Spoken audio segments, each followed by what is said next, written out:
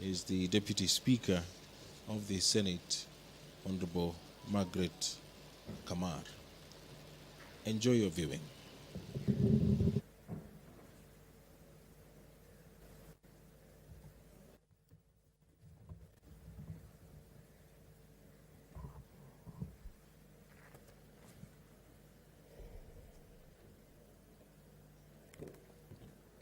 Prayer. Almighty God, we beseech you to behold with your abundant favor and blessings as your servants whom you have been pleased to call to leadership positions in this republic, with the guidance to treat and consider all matters that shall come upon our deliberations in so just and faithful a manner as to advance the peace, prosperity, and welfare of our country and of those whose interests you have committed to our charge. Amen.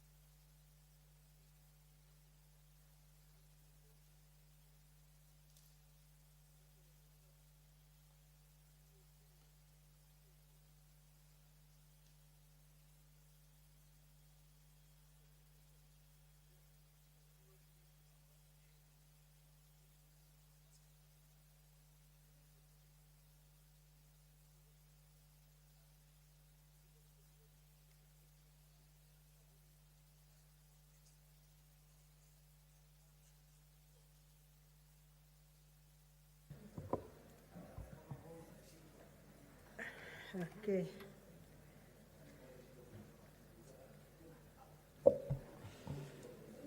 Order number 1, administration of oath. Order number 2, communication from the chair. Order number 3, messages. Order number 4, petitions. Order number 5, papers. Honorables, we have, honorable members, we have papers to be laid on page 574. I call on Commissioner Jeriot. Commissioner Jeriot to lay papers on behalf of the Leader of Majority.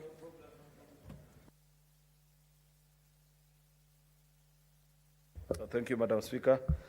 Madam Speaker, I beg to lay the following papers on the table of the Senate. Today, the 5th of October, 2021. 1, report of the Controller of Budget on the National Government Budget Implementation Review for the financial year 2020-2021. 2, annual report of the Kenya Law Reform Commission for the financial year 2020-2021. 3, the Breast Milk Substitutes Regulation and Control, General Regulations, Legal Notice number 184 of 2021. Madam Speaker, I beg to lay. Thank you, Senator Commissioner. Next order.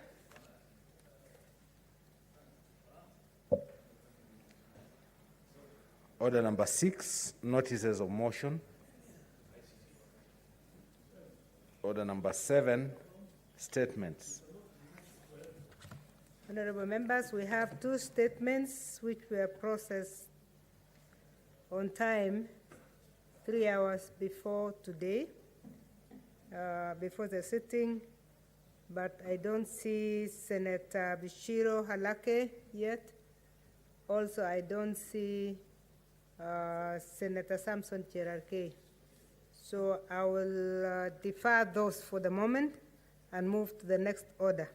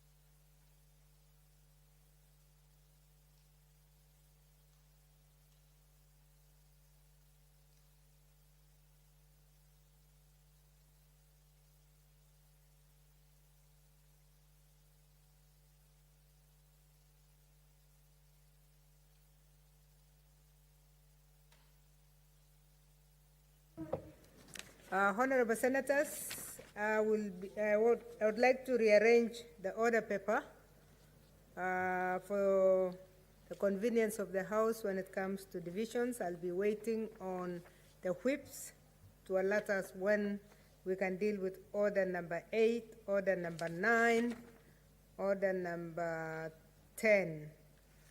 So we shall move to the next order.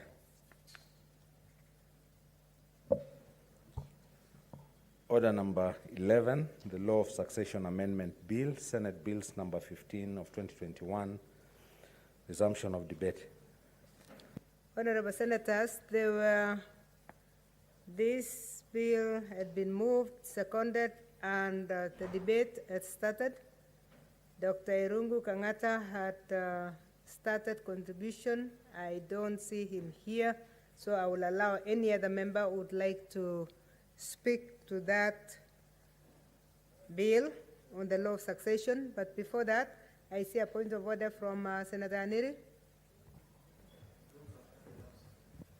Yeah, Madam Speaker, under the provisions of our standing order, and that is standing order number 35 and 36, I would like to bring it to your attention, although you've said you're waiting for the whips to advise you on what time we take the vote, but I want to bring it to attention that we have no quorum as it stands. It will be very difficult to transact business with the thin numbers that I can see here. So we would like to hear your ruling on this, Madam Speaker.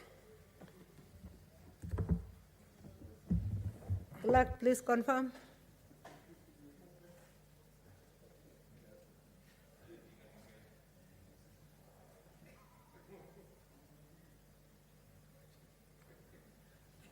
Confirmed.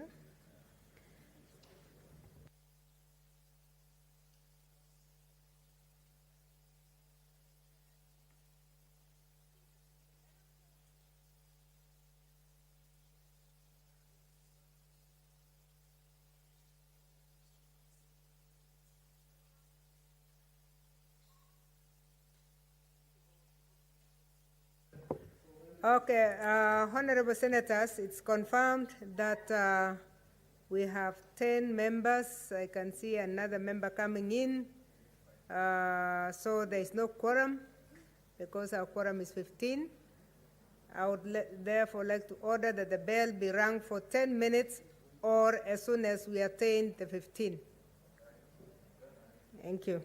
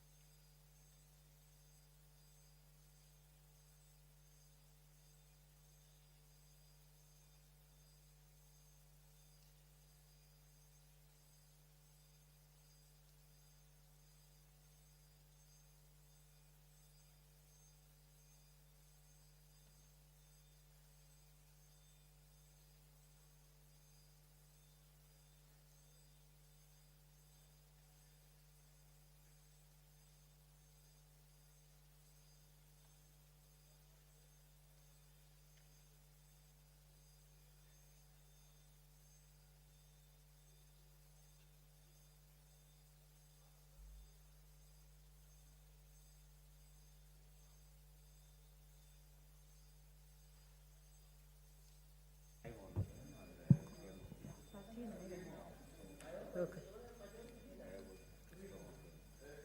Okay, we have 5 on Zoom, and we have 12 members inside, so the quorum is attained. Thank you very much.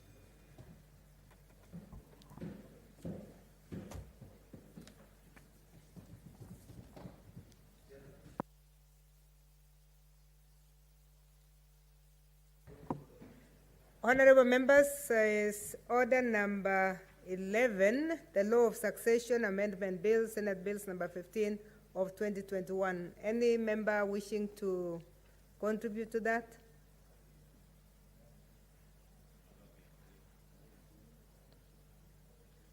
Senator Jeruyot? No, Madam Speaker, I just wanted to bring it to your attention that one of the members you were looking for earlier, who had a statement listed on the order paper, has come in. So probably, Yeah, as you rearrange the order paper. Yeah, we shall go back. We shall go back to that. We wanted to complete this one. Thank you. If there is still any member interested in debating the law of succession,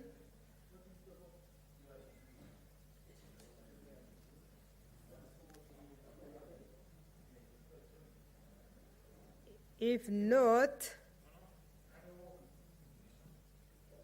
the law of succession?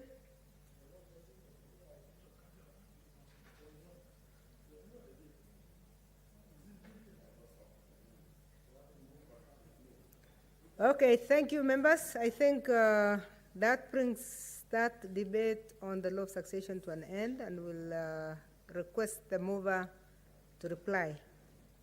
Again, the mover is not here, so we will wait for the convenience of the House at a later time. The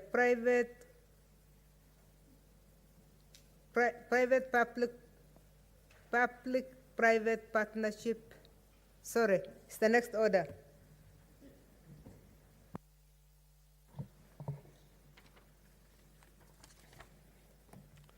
Order number 12, the Public-Private Partnerships Bill, National Assembly Bills number 6 of 2021, second reading. Leader of majority?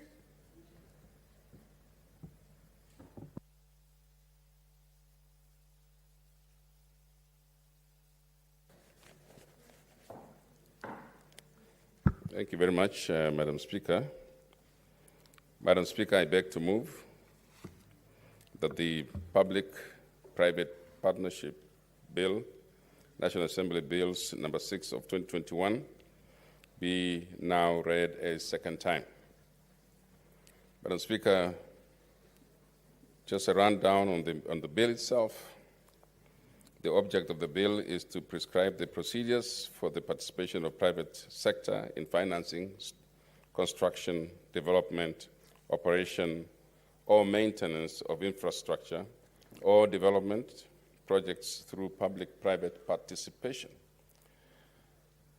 2, harmonize the institutional framework for implementation of public-private partnerships. 3, give effect to Article 227 of the Constitution, which provides for the framework for the procurement of public goods and services. 4, streamline and rationalize the regulatory implementation and monitoring mandates of relevant agencies. And Madam Speaker, 5 is to provide for a transparent project selection process and clear procurement procedures in order to promote private sector investment. Additionally, Madam Speaker, the bill seeks to enhance efficiency in the regulatory process of engagement of private parties and the manner in which public-private partnerships are conducted, so as to ensure the provision of high-quality facilities and services.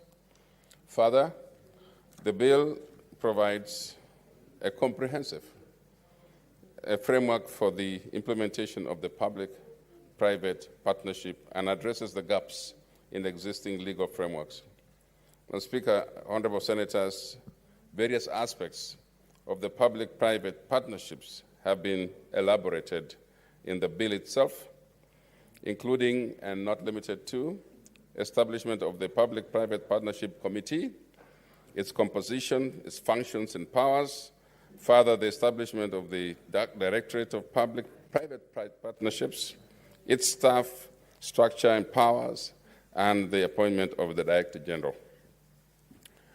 Also, Madam Speaker, in the bill is a prescription for the manner in which public-private partnerships are undertaken, including the manner in which parties enter into and execute project agreements. Furthermore, what is in the bill is a process of project identification and prioritization by the contracting authority, including the constitution of a project implementation team to oversee the implementation phase of the project. And fourthly, the procurement methods are also spoken about. The procurement methods for public-private partnerships, including and not limited to direct procurement, privately initiated proposals, and competitive bidding. Provision for the application procedures during the pre-qualifications of bidders, and provision for the establishment of pre-qualification committees by a contracting authority for this purpose. Madam Speaker, also in the bill is about the conduct of public-private partnership projects by county governments. Provisions for project agreements by the county government, the approval of public-private partnerships, projects by county assemblies, and the preparation and submission of county project lists.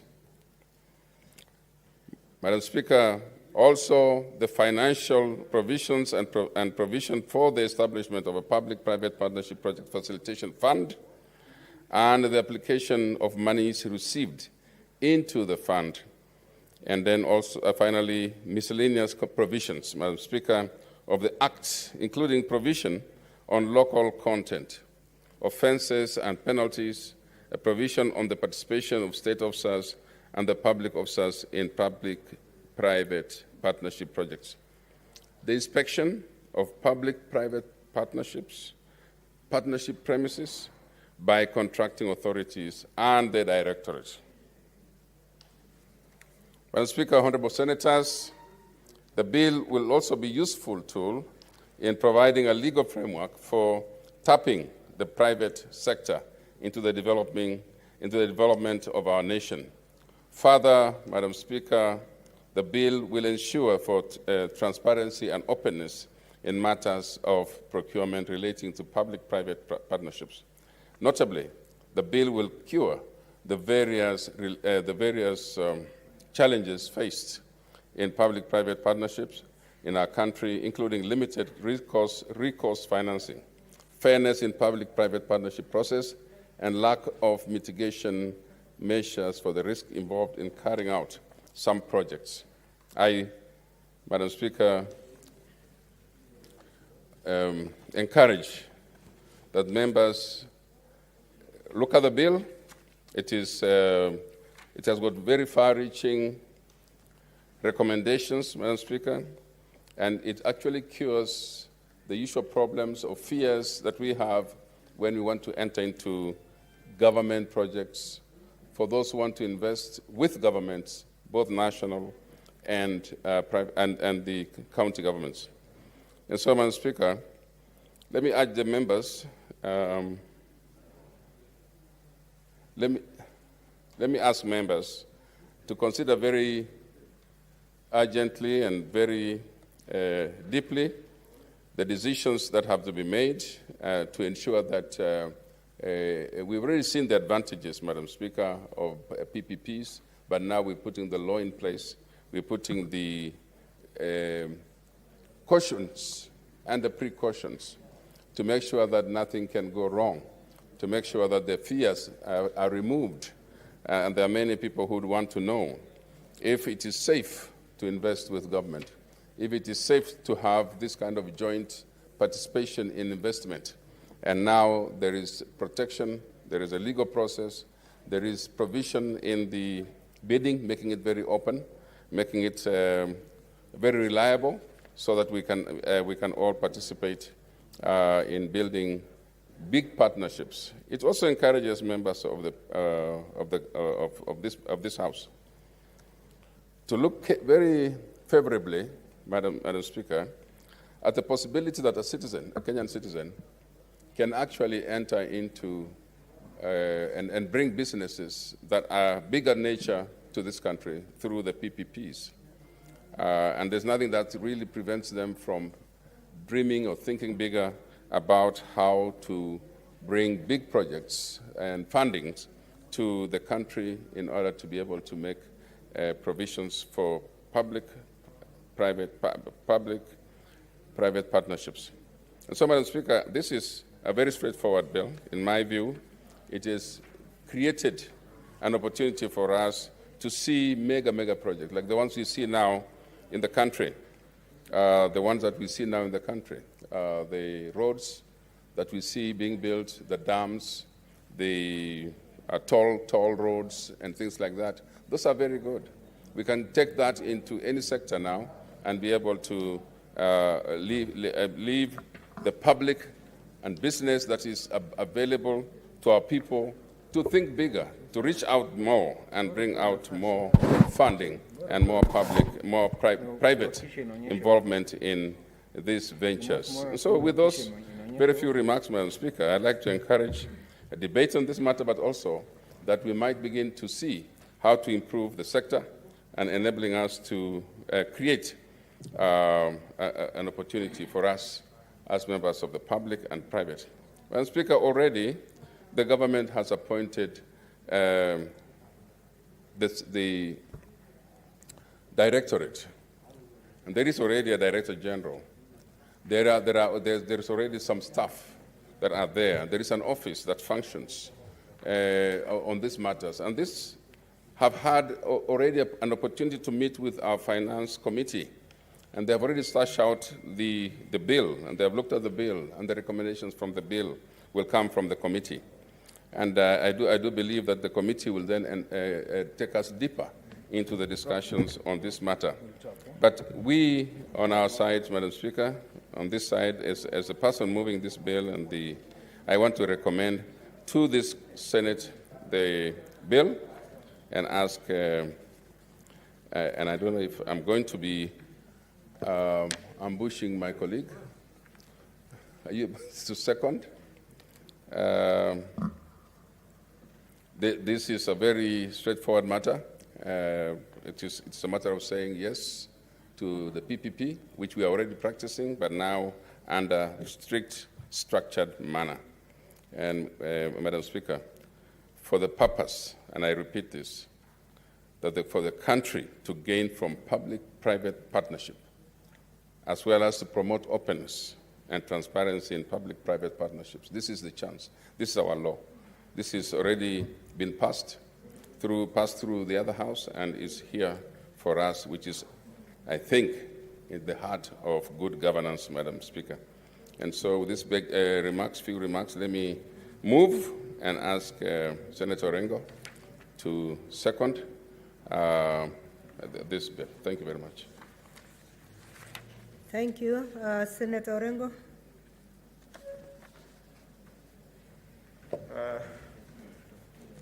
Madam Speaker, I thank you for giving me this opportunity, and thank the Majority Leader for moving this bill. And as he has indicated, is a bill whose time has come.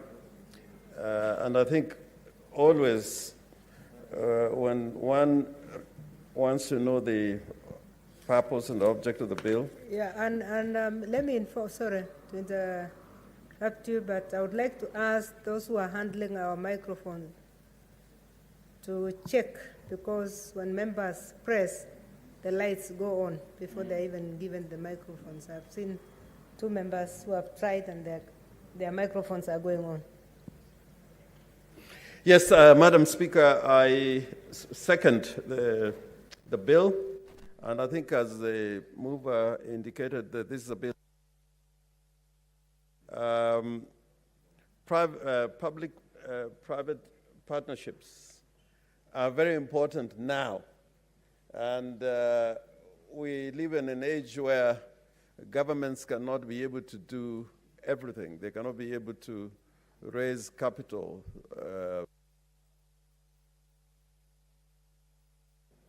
And the participation of the private sector and other entities is very crucial as we trying to build economies that can compete with the growing economies in the world.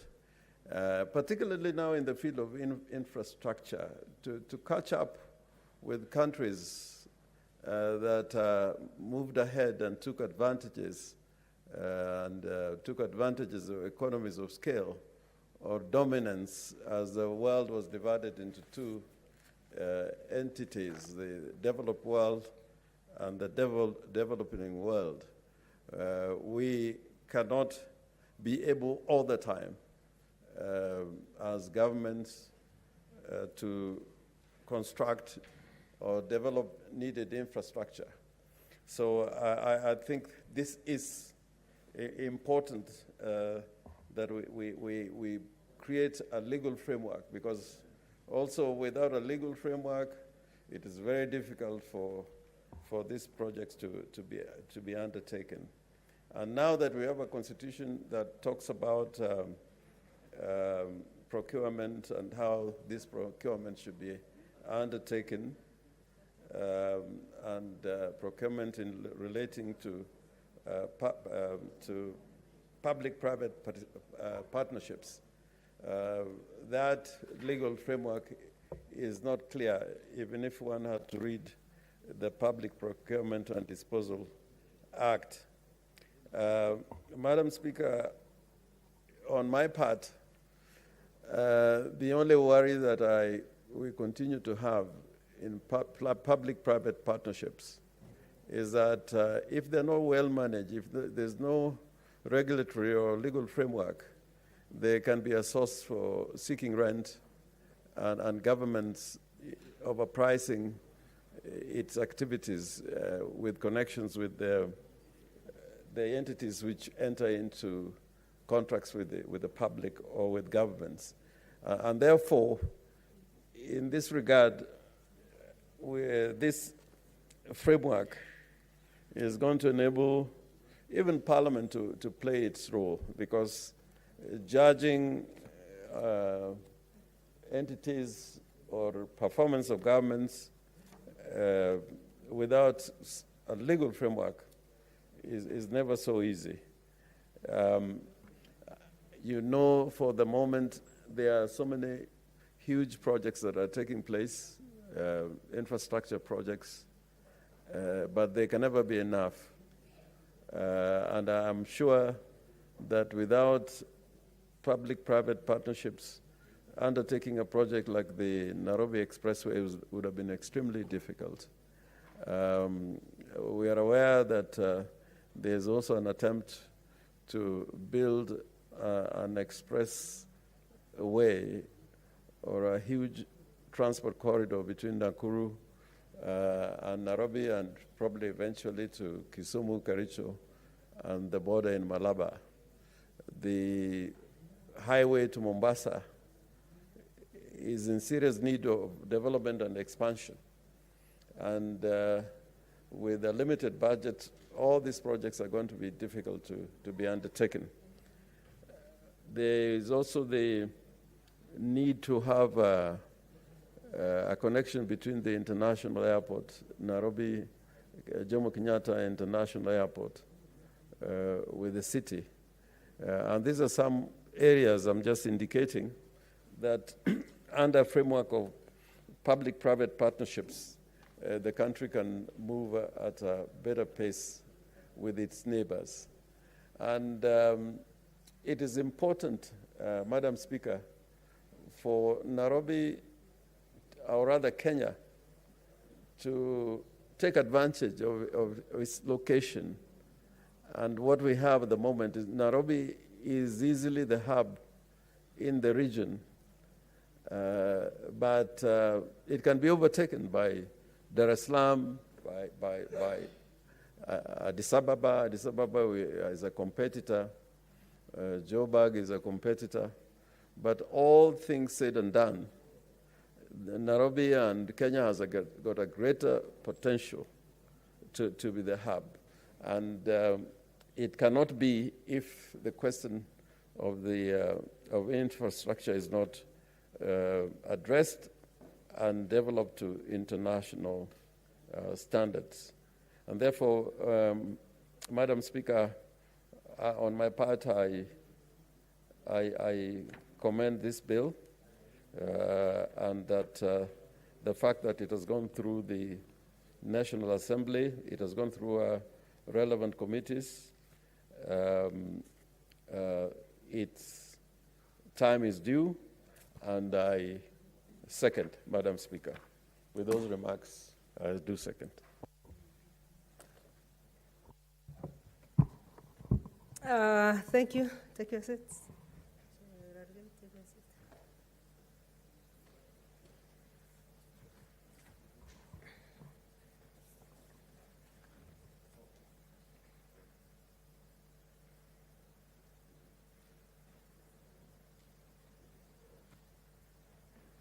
Honorable Senators, I now propose the question that the Public-Private Partnerships Bill, National Assembly Bills number 6 of 2021 be read a second time.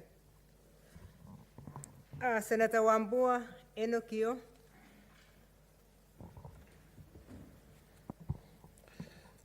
Thank you, Madam Speaker, for this opportunity to weigh in on this very important bill. Madam Speaker, I want to begin by thanking the National Assembly for debating and passing the Public-Private Partnerships Bill, National Bill number 6 of 2021, and also taking this opportunity, Madam Speaker, to thank the leadership of the Senate for introducing this bill for debate in this chamber. Madam Speaker, I want to begin by saying that it's very encouraging to see that at such a time as this, we are now debating a mechanism to give effect to Article 227. Article 227 of the Constitution, Madam Speaker, speaks to procurement of public goods and services, an area that has for many years suffered a lot of abuse. Madam Speaker, in that supreme law, in the Article 227, the drafters of the Constitution are envisaging a situation where in the procurement of public goods and services, the procuring entities will go for a system that ensures fairness, equity, competitiveness, and a cost-effective system. Madam Speaker, truth be told, that a lot of these procurement entities in this country have not lived to the expectations and the provisions of that Article 227. And Madam Speaker, I am encouraged because that in bringing a legal framework to give effect to this article, one of the things that we do is to create a conducive environment for the private sector to flourish. Madam Speaker, it should be noted that in this country and in any other country, economic growth cannot be attained without a vibrant and solid private sector. And when the private sector joins hands with public entities to undertake development projects, two important things happen, Madam Speaker. One, it gives these private sector players an opportunity to access easy and affordable credit to be able to roll out major projects. But most importantly, Madam Speaker, it also creates an environment within which a lot of jobs are created and ground is made good for the flourishing of the private sector in all areas of development. Madam Speaker, I say this knowing very well that I personally sat in the Senate Special Committee that looked into the issues of the managed equipment scheme, which was initiated as a PPP, but then it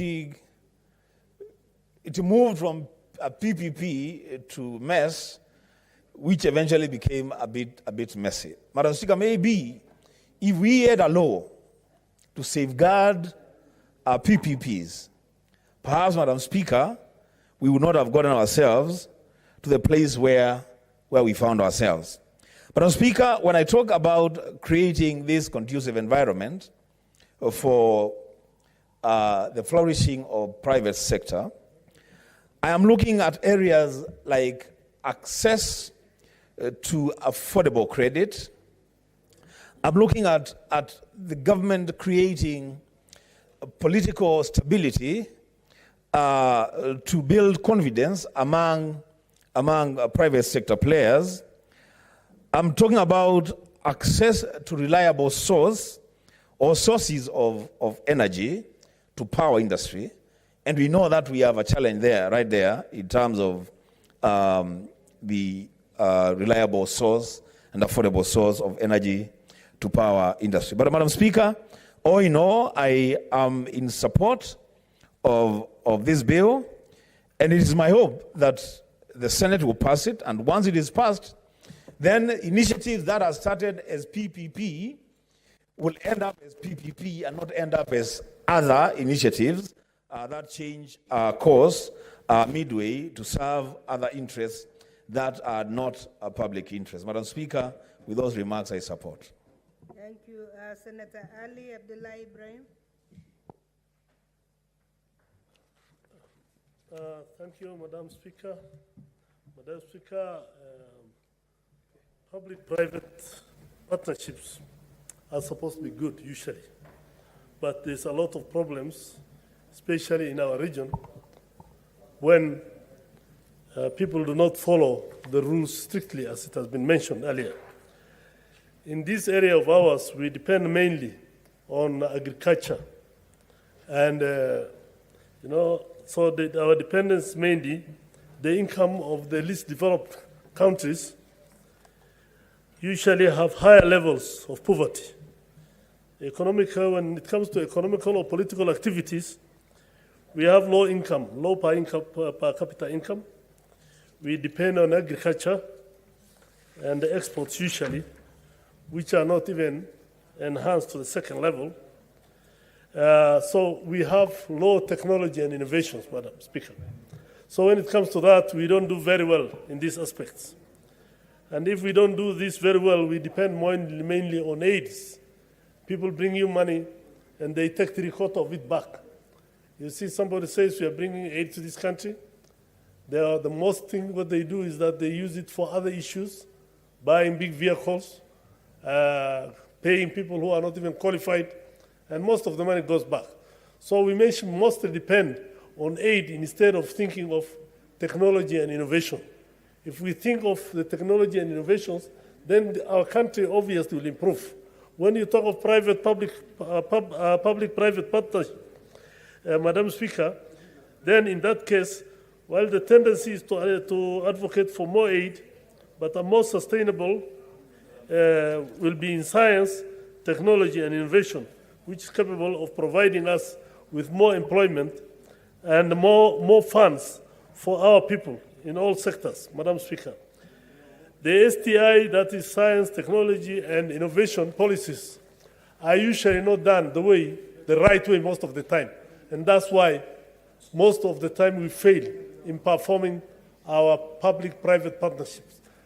When you hear in the grapevine what goes on, even in those the so-called private partnerships in Kenya, you will be surprised, Madam Speaker. That's why people talk of money changing hands, especially that's why China has taken over Africa.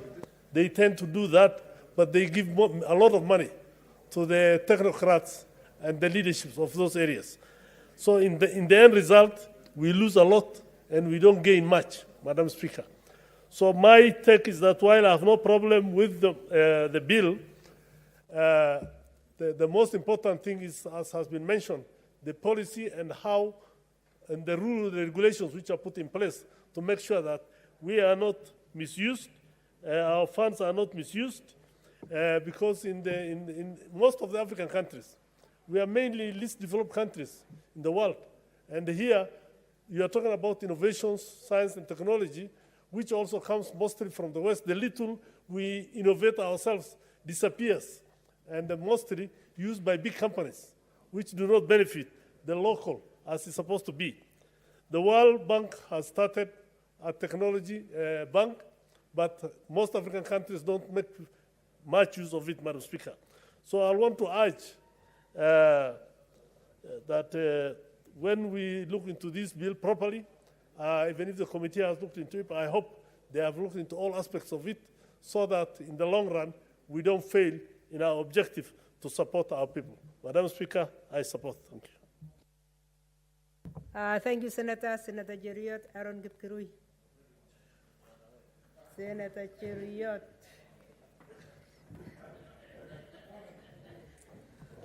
Let me use the front, Madam.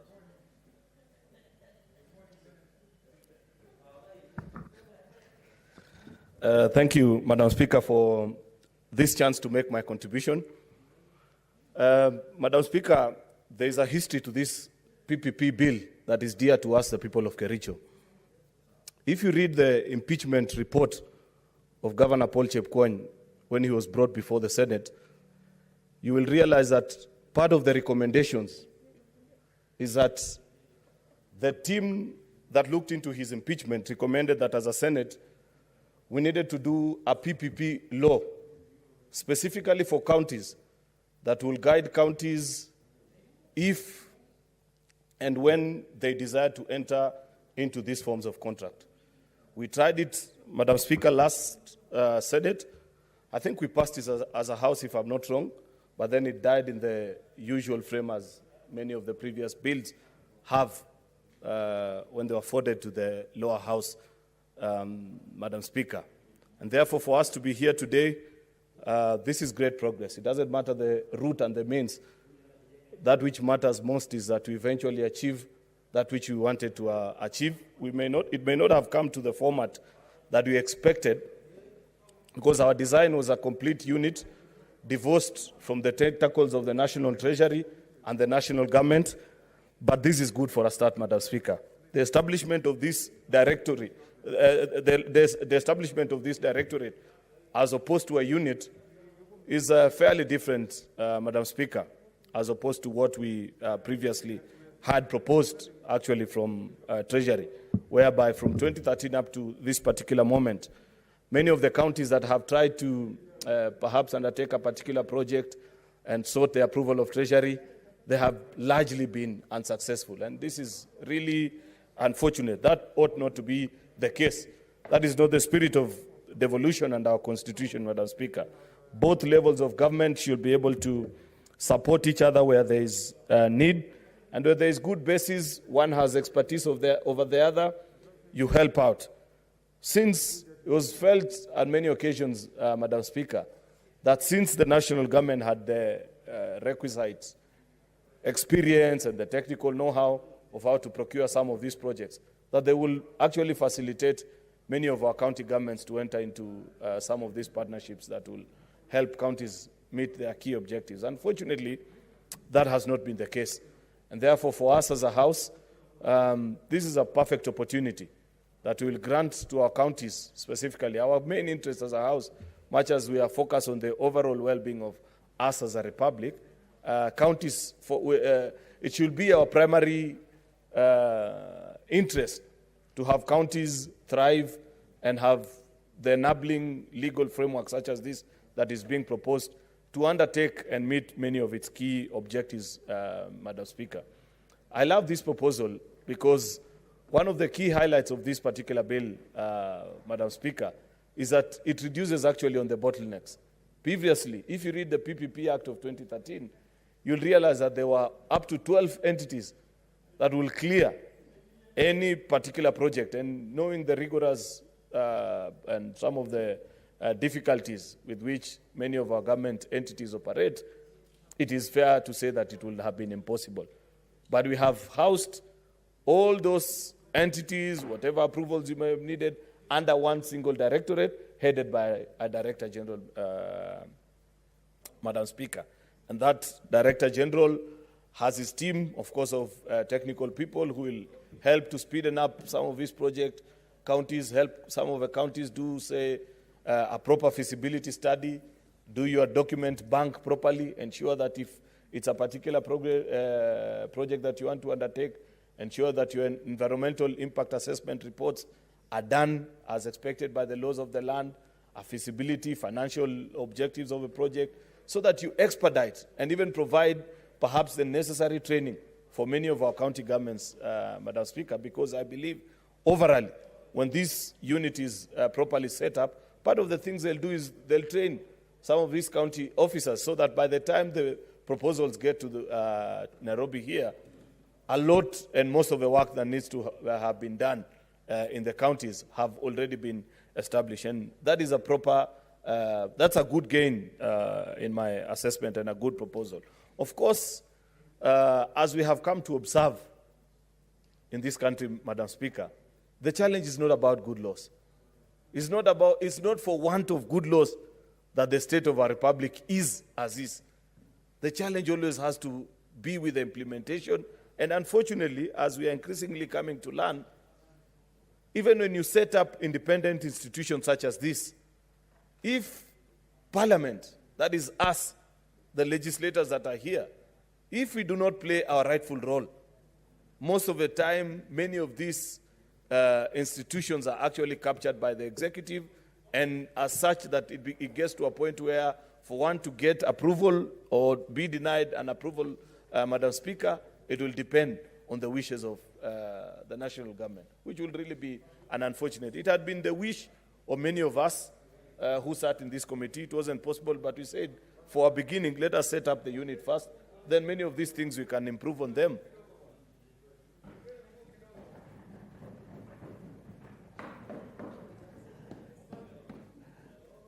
I will, Madam Speaker, I will forgive Senator James Orengo, leader of minority, because he's a son of Kericho.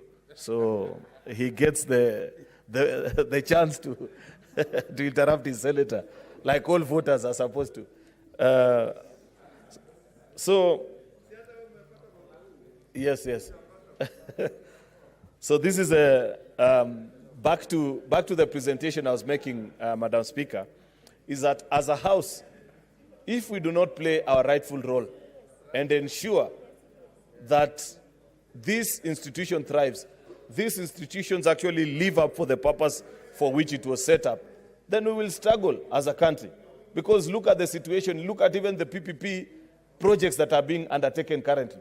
It's unfortunate and it's a shame that all of us here in this house should be ashamed of ourselves that this country is undertaking PPP projects to the tunes of tens of billions, yet we haven't seen. How can we say, Madam Speaker, that we are representatives of the people, yet an expressway is being built here that will cost Kenyans 60 billion Kenya shillings, yet you have not seen what are the collaterals, what are the agreements that have been made?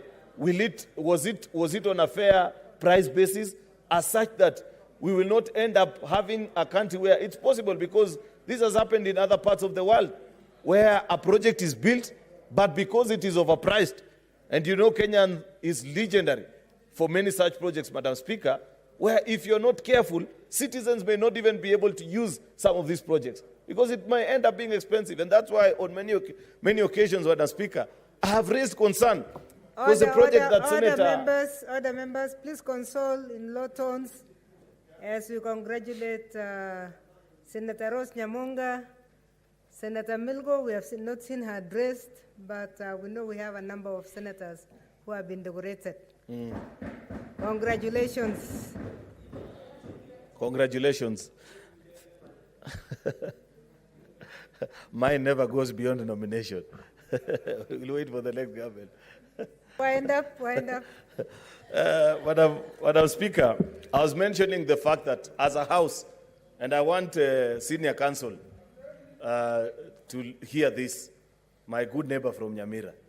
You know, you and I, and the part of the country where we come from, there is this proposed PPP project that is supposed to take off from Rironi all the way to Mau Summit, where we are hearing that a deal has been signed, I don't know, between the Kenyan government and the French, or I don't know which one, whereby this expressway will be built, and those of us who can afford will be allowed to use it. The rest of the hustlers and ordinary mere mortals will be stuck in traffic. We cannot allow such things to happen. That was not the intention of a PPP bill. The people of Nyamira and Kericho, to an extent, because you're our neighbor, expect us, because they've sent us as legislators to this house, to oversight and look into some of these deals that are being done. Let it not be like this particular expressway, where people sign projects that are inflated. Therefore, when you come to charge the citizens, you find that the price that you're paying, you price out virtually 90 or 80% of the citizens. Senator Gerard Kay, you're on a point of order. He wants to inform me. I don't mind to be informed, Madam Speaker. Okay. Point of information then. Thank you, Madam. On a point of information, I wanted to inform my brother, Senator Cheruiyot, that the expressway has increased from 68 billion in additional to 7 billion. So it is no longer 68 billion. It is approaching more than 72 billion for the last, that has been increased for the last 1 week. So it has increased from 68 billion by 7 billion. Thank you, that's good information. That's good information. You know, part of this money that we are hearing that is being stashed in Panama. It's because of such projects where they are being undertaken in very dubious manner. You don't understand who, you know, 1P stands for public. That is you and I and the people that we represent. But these private entities that are signing these deals, surely, as representatives of the people, don't we have a right to know who they are, how they are pricing it? What is the logic of achieving it, say, within 5, 10, 15, 25 years? Can't the project be priced a bit longer, maybe 40 years, so that people don't have to pay the amounts of money that we're hearing? Because I listened to the Director General of Kenya National Highway Authority, says it might be costing you upwards of 100 shilling per kilometer to use the expressway. So what economic sense does it make?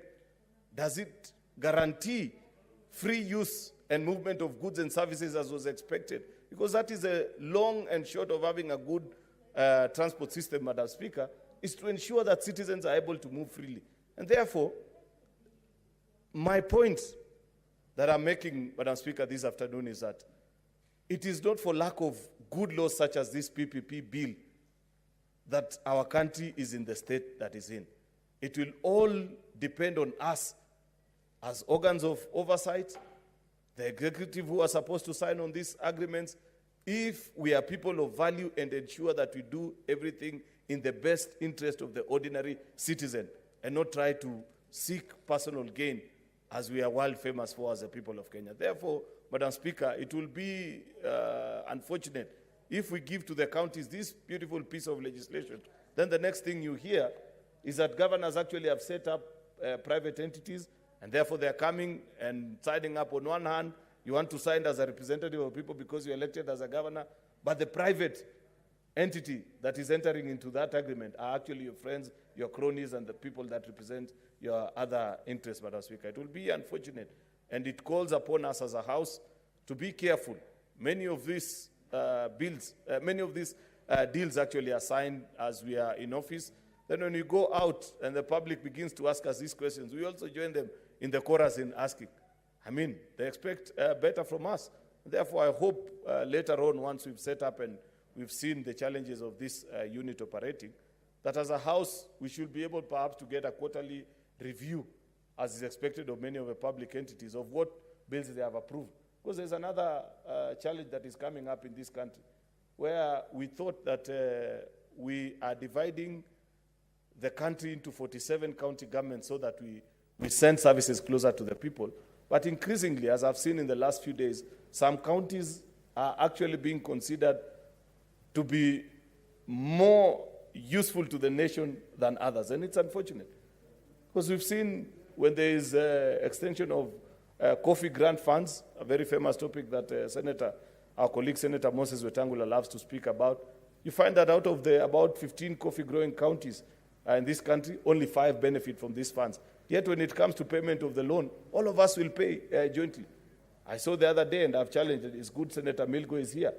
I saw national government has sent actually letters to various heads of, I think, county education departments, saying that we need to fasten the registration of students so that they get identification cards. I hope it's not for registration so that people can vote only in certain counties. You need to extend that countywide. That information needs to come out clearly, Madam Speaker. Therefore, this particular entity, when it works, we will be asking of them that every quarter submit the list of projects that you approved. We want to see that when you approve a project in Kericho, you approved also in Wajir. You approve in Lamu, you approve in Kisumu, so that we have one beautiful republic where every citizen feels to be part and parcel. With those very many remarks, Madam Speaker, I support this particular bill. Thank you. Thank you. Senator Ali, did you switch it over again? You dropped. Senator Mwenye Haji Mohamed Faki. Asante Bispika kwa kunipa fursa hii kuchangia hii sheria ya ushirikiano baina ya taasisi za umma na wawekezaji wa kibinafsi katika miradi ya maendeleo. Mheshimiwa Spika, sheria hii imekuja katika wakati mzuri kabisa kwa sababu tumeona kwamba serikali japokuwa imepanga kufanya miradi mingi ya kimaendeleo, miradi hiyo imeweza kurejea nyuma kwa sababu ya ukosefu wa fedha za kutosha kusimamia miradi hiyo. Kwa hivyo sheria hii itakapopita, Mheshimiwa Spika, itasaidia pakubwa miradi ya maendeleo kwa sababu zile pesa nyingi ambazo zinahitajika kutayarisha na kutengeneza hii miradi zitapatikana kupitia kwa wawekezaji wa kibinafsi. Na hiyo itasaidia kuachilia pesa nyingi ambazo zingeweza kutumika katika miradi hiyo kwa huduma nyingine za jamii ambazo zinahitajika kupeanwa. Mheshimiwa Spika, tumeona kwamba tayari kuna miradi kama hiyo inaweza kufanyika katika Jamhuri yetu ya Kenya. Tukiangalia Nairobi Express Highway ni mradi ambao ni wa mwekezaji wa kibinafsi kishirikiana na serikali. Tukiangalia kuna ule mwingine ambao utajengwa kutoka Westlands mpaka Mau Summit, pia ni mradi wa kibinafsi wa kuwekeza ambao utafadhiliwa na watu binafsi. Kwa hiyo Mheshimiwa Spika, sio jambo la kwanza, lakini sheria ya kusimamia miradi kama hii ndio ilikuwa hakuna. Mheshimiwa Spika, tumeona kwamba kila sehemu zinahitajia miradi. Kwa mfano miradi ya barabara ni miradi ambayo inasaidia pakubwa kuleta maendeleo mashinani, lakini tukilipia barabara peke yake na zile fedha ambazo tunapata kwa sasa kama ushuru ama kodi zinazotozwa katika nchi yetu ya Kenya, hatuwezi kupata fursa ya kujenga barabara katika kila eneo. Kwa hivyo kupitishwa kwa sheria hii kutasaidia pakubwa kuendeleza maendeleo katika sehemu nyingi za nchi yetu, ambapo maendeleo yale tutakuwa sisi wenyewe binafsi kama raia tunayalipia. Mheshimiwa Spika, nimeona pia kwamba sheria inatoa mwangaza au inatoa nafasi kwa serikali za kaunti kuweza pia kufanya miradi ya uwekezaji baina ya wananchi na serikali hizo. Mheshimiwa Spika, hii pia itasaidia pakubwa kuleta maendeleo mashinani. Tumeona kwamba kaunti nyingi zina miradi mizuri sana ya maendeleo, lakini ruzuku zinazotoka kwa serikali kuu na kodi wanazookota katika maeneo yao hazitoshi kuweza kufadhili ama kusimamia miradi ambayo wanataka kufanya. Kwa mfano, Mheshimiwa Spika, kuna miradi ya nyumba ambayo kupitia kwa affordable housing, yani nyumba za kiasi za wananchi. Hii miradi kama hii, Mheshimiwa Spika, inaweza kufanyika katika kila kaunti, lakini tukiangalia pesa zinazohitajika na zile pesa ambazo zile pesa ambazo zinatoka katika serikali kuu na kupelekwa katika serikali za kaunti kusimamia miradi ya kawaida hazitoshi kuweza kuhakikisha kwamba miradi hii inafanyika. Kwa mfano, Mheshimiwa Spika, kule kwetu Mombasa kuna estate karibu 5, Likoni, Changamwe, Hadija Estate, Mzizima, zote zimetolewa kwa mwekezaji wa kibinafsi katika hali ya utata. Wakati kama kungekuwa kuna uwazi na sheria uwazi kama hii, tungeweza kujua ni nani ameweza kufaidika na miradi kama hiyo, na vile vile pia ripoti ingeweza kwenda kwa bunge la kaunti ya Mombasa ili kuhakikisha kwamba kumekuwa na uwazi katika kutoa zabuni za miradi hiyo. Kwa hiyo Mheshimiwa Spika, naiunga mkono sheria hii kwa sababu itasaidia pakubwa kuweza kuleta maendeleo na vile vile pia kuweka mwongozo, yani vipi tunaweza kufanya miradi ya kuwekezaji binafsi na serikali. Mheshimiwa Spika, nimeona hapa kwamba katika kifungu cha 65 inasema kwamba subject to section 363(5), each county government intending to undertake public-private partnership project shall obtain the approval of the respective county assembly before undertaking the project. Lakini tukiangalia kifungu cha 63 hakina 63(3) ambacho kimezungumziwa hapa katika kifungu cha 65. Kwa Mheshimiwa Spika, hiyo nafikiri wahusika wataweza kurekebisha na kuhakikisha kwamba inakuwa inaoana na kifungu cha 65(1).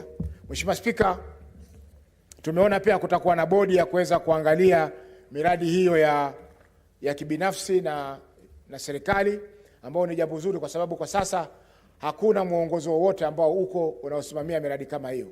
Ni wizara husika ambazo zinasimamia miradi kama hiyo, na kwa hakika mara nyingi inakuwa ni shida kuweza kutoa mwongozo kwa sababu kuna ile tunayoita bureaucracy ya wizara, kutoka kwa waziri ipite kwa katibu wa kudumu, ipite mpaka ikifika kwa mwongozo, inakuwa ni shida Mheshimiwa Spika kuweza kutoa maamuzi.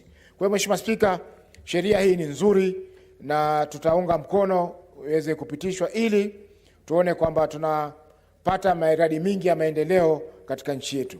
Jambo ambalo ningependa tu kugusia mwisho ni kuwa lazima pia tuwe macho kama bunge la Senate na bunge la kitaifa kwamba hii miradi ambayo itakuwa inafanywa kuwe kuna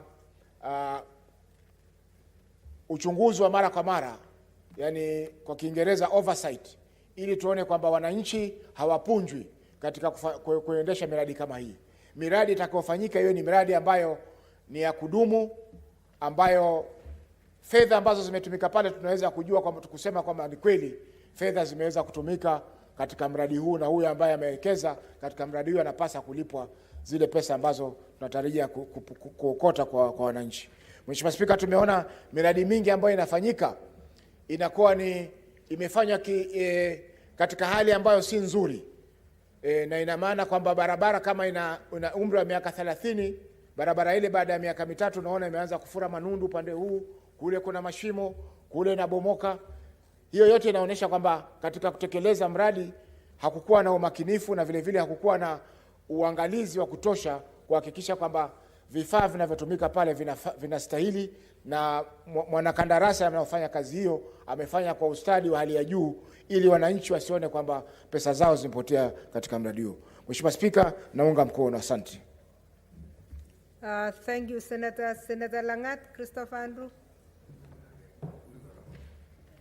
Thank you, Madam Speaker, for also giving me this chance to support this very important bill. And I want to say that the moment it goes through, it will bring a landmark for the development of our country. First, I want to say that it will promote the development of very large projects like roads.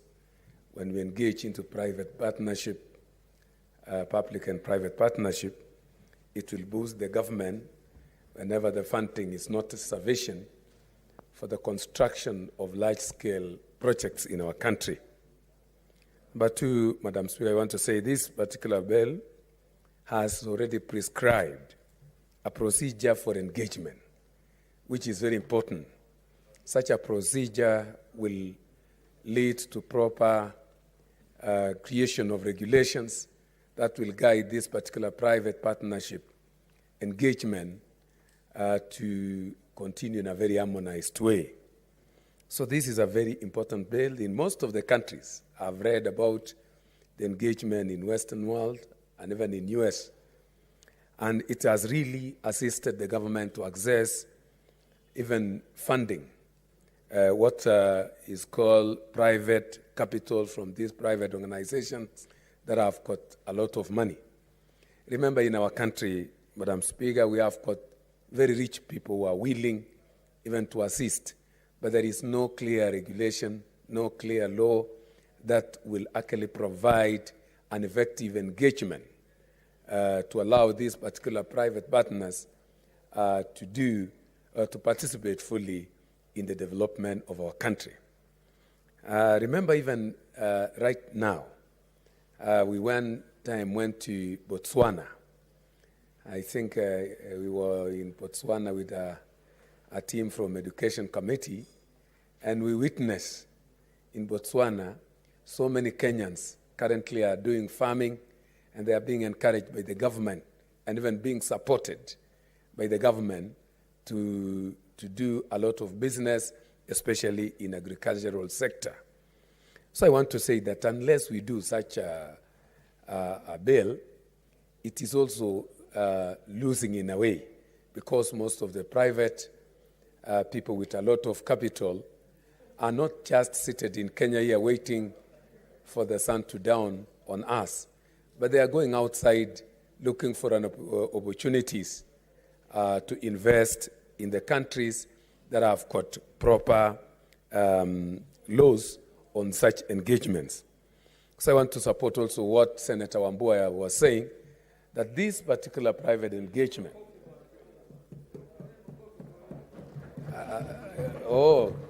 congratulations. Yeah, congratulations, Matsayo. Those are the benefits of engagement in handshake matter and the products of handshake. So other members, let's continue as you congratulate your colleague, Senator Matsayo. Government private engagement on handshake. So allow me to continue, Madam Speaker. I'm congratulating you in advance, my great friend Matsayo and the rest.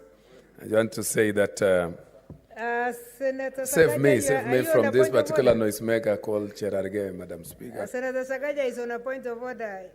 Don't allow him. He wants to cut me short, Madam Speaker. And I want to continue. Yes, allow me to conclude my Senator time. Sakaja.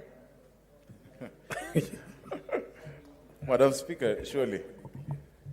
No, is it in order for the Senator for Bomet on the record of this House, while Senator Matsayo walked in, for him to say those are products of the handshake? On the record, yet, Madam Speaker, I think we all know that Senator Madzayo, who has received the award of Chief of the Burning Spear, if I'm not wrong, the way I can see it, and I know it because I also have it, has received it on his own merit, based on the work he's done in Parliament for a long time. Madam Speaker, is it in order for that to be on the record of the House, that someone said it is a product of the handshake, or should that statement, that phrase, be withdrawn? Because one day, when the children of Senator Madzayo will be looking at the Hansard and his grandchildren, on the day he received the award, they will say it is only because of two people shaking hands, not because of his work in the Republic of Kenya, Madam Speaker. There are many members from ODM who have received awards even before there was a handshake. Point taken, Senator Jerarge. Is it in order for Senator Sakaja to tell us that the award of Senator Madzayo and Senator... By the way, Senator, we don't counter a point of order. You make your own point of order. No, that is what I was... Is it in order, Madam Speaker? Is it in order, Madam Speaker, for us to even discuss, yet we know that the award, there is a process that is being taken for those awards. So those comments that were taken... That's a very difficult way of is a statement of fact, Madam Speaker, that Senator Langat did state. Senator, you will get your own opportunity, but we had congratulated the members. The first one has come. We are waiting for 3 more. So the process is still on, and we should congratulate our colleagues, and let's not add anything.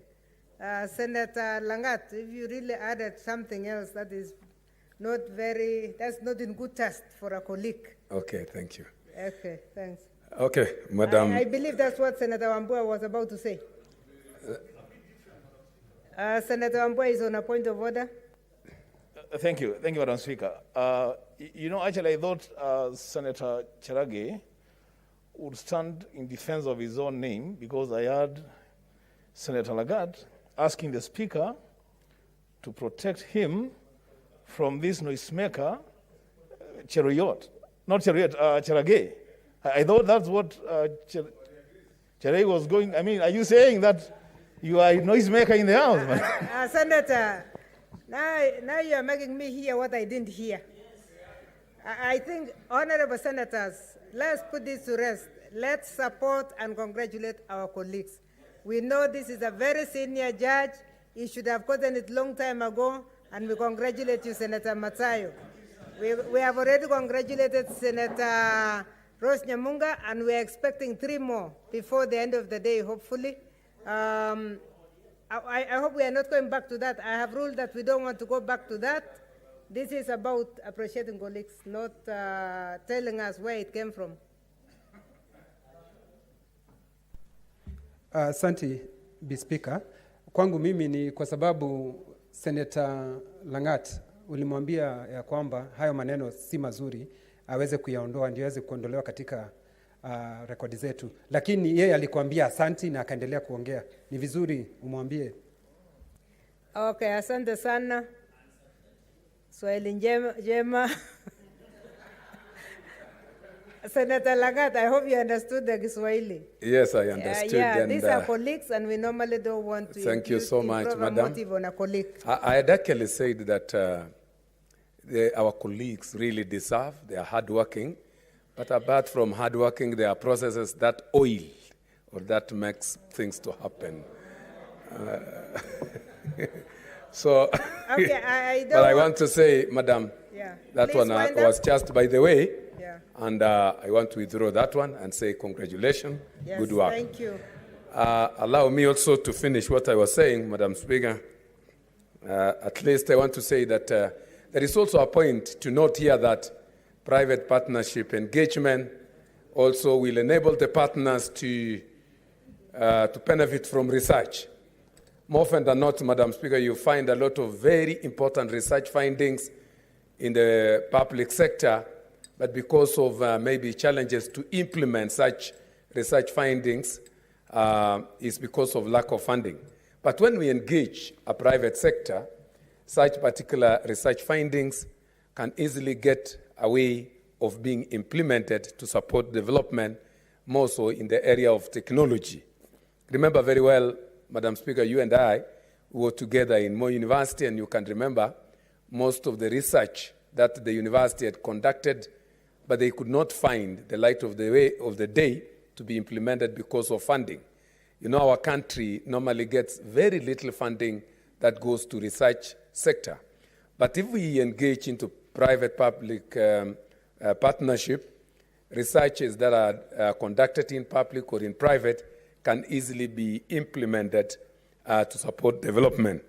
I want to say that also when we get into private public partnership, we are likely to get quality work when it comes to roads, quality work when it comes to even products and services.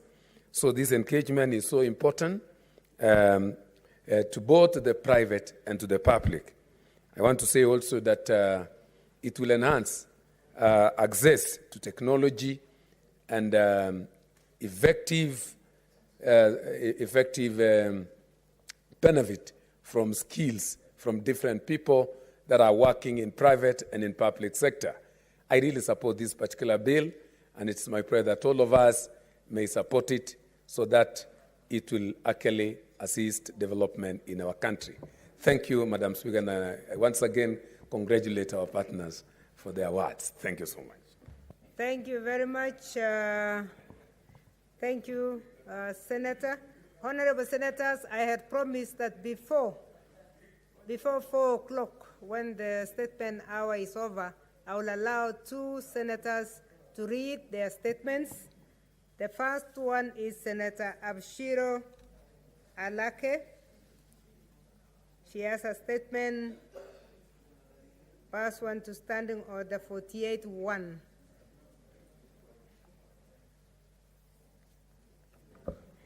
Thank you very much, Madam Speaker. Madam Speaker, let me take this opportunity to congratulate my 2 colleagues, and we will congratulate them later, but very well done for the good job that has earned them the Order of the Burning Spears. Madam Speaker, I raise pursuant to Standing Order number 48-1 to seek a statement from the Standing Committee on National Security, Defense and Foreign Relations on the arrest and enforced disappearance of Police Officer Osman Omar Godana, Police Service number 89450 of the National Police Service, allegedly by state security agents. In the statement, Madam Speaker, the committee should, 1, investigate the circumstances leading to the arrest and enforced disappearance of Mr. Osman Omar Godana, a police officer who was last seen in the company of 4 armed men believed to be security agents on 13th of September 2021 at around 9:30 p.m. near Blue Post Hotel, Thika. Madam Speaker, the committee should also confirm whether Mr. Osman is in the custody of state security agents, and if so, state reasons why he has not been arraigned in court to date in accordance with the law, Madam Speaker. Madam Speaker, the committee should also apprise the Senate on progress made in the search for the missing officer to date, and inform the Senate on measures, if any, put in place by the police service to address the increasing incidences of abductions and enforced disappearances of members of the public.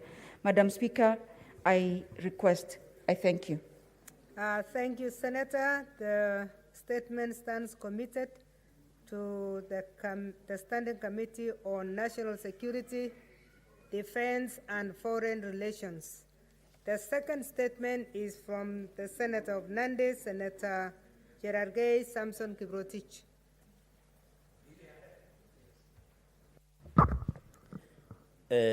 Madam Speaker, thank you for this opportunity, and I want to congratulate our 2 colleagues and wish them well. They deserve it, and all the best, especially my senior counsel, retired Judge Stewart Matzayo, our Deputy Minority Leader. Madam Speaker, I raise pursuant to Standing Order 48-1 to seek for a statement from the Standing Committee on Health regarding the delay in appointment of a substantive Director General in the Ministry of Health.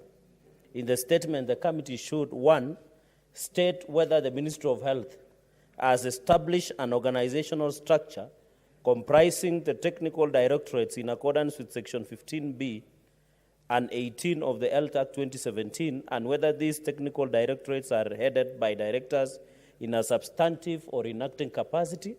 Number 2, state whether the Ministry of Health has established the Office of the Director General in accordance with Section 16 and 17 of the Health Act 2017, and whether the position is substantively filled and functional. Number 3, provide the details of the officers who have served in acting capacity as Director General, including Patrick Amot, since the enactment of the said Act, including details of the appointment dates, appointing authority, and terms and duration of service. Number 4, Madam Speaker, state whether the appointment or appointments of the acting Director Generals of the Ministry of Health has been conducted in accordance with the Public Service Policy Rules and guidelines on the appointment of public officers in acting capacity. Madam Speaker, the 5th elaborates on the measures that the Ministry has taken to ensure the sustainability of its systems, structures, and processes in the absence of a substantive Director General of Health and or technical directors under the Ministry of Health. And finally, Madam Speaker, explain how representatives of the Director General of Health in relevant statutory boards and councils across the ministries and boards and councils have been nominated, appointed in the absence of a substantive Director General in the Ministry of Health. I thank you, Madam Speaker.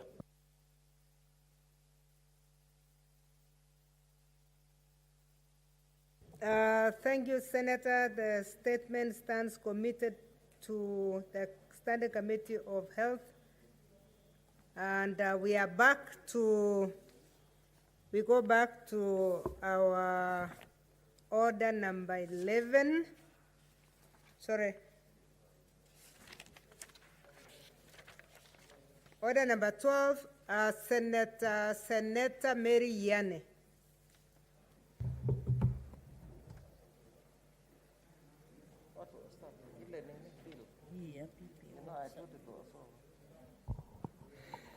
Thank you, Madam Speaker, for giving me a chance to also add my voice on this very, very important bill. Madam Speaker, public-private partnership is the hope for the country to be able to achieve very big facilities that can be of importance to the country. Madam Speaker, this morning we happen to have been handling a statement concerning general cargo funeral home that was done in partnership by Kiambu County and KU, which has been serving the community very well in terms of mortuary services and other big services that are offered in that facility, health facility in Kiambu.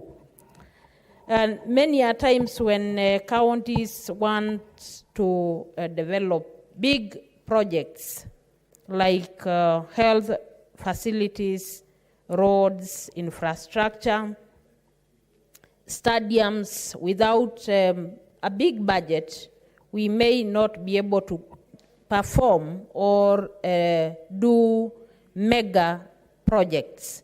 So in this case, when we shall be having a framework to protect the public interest, then we shall be able to put a lot of budget in these big projects that will be able to assist communities.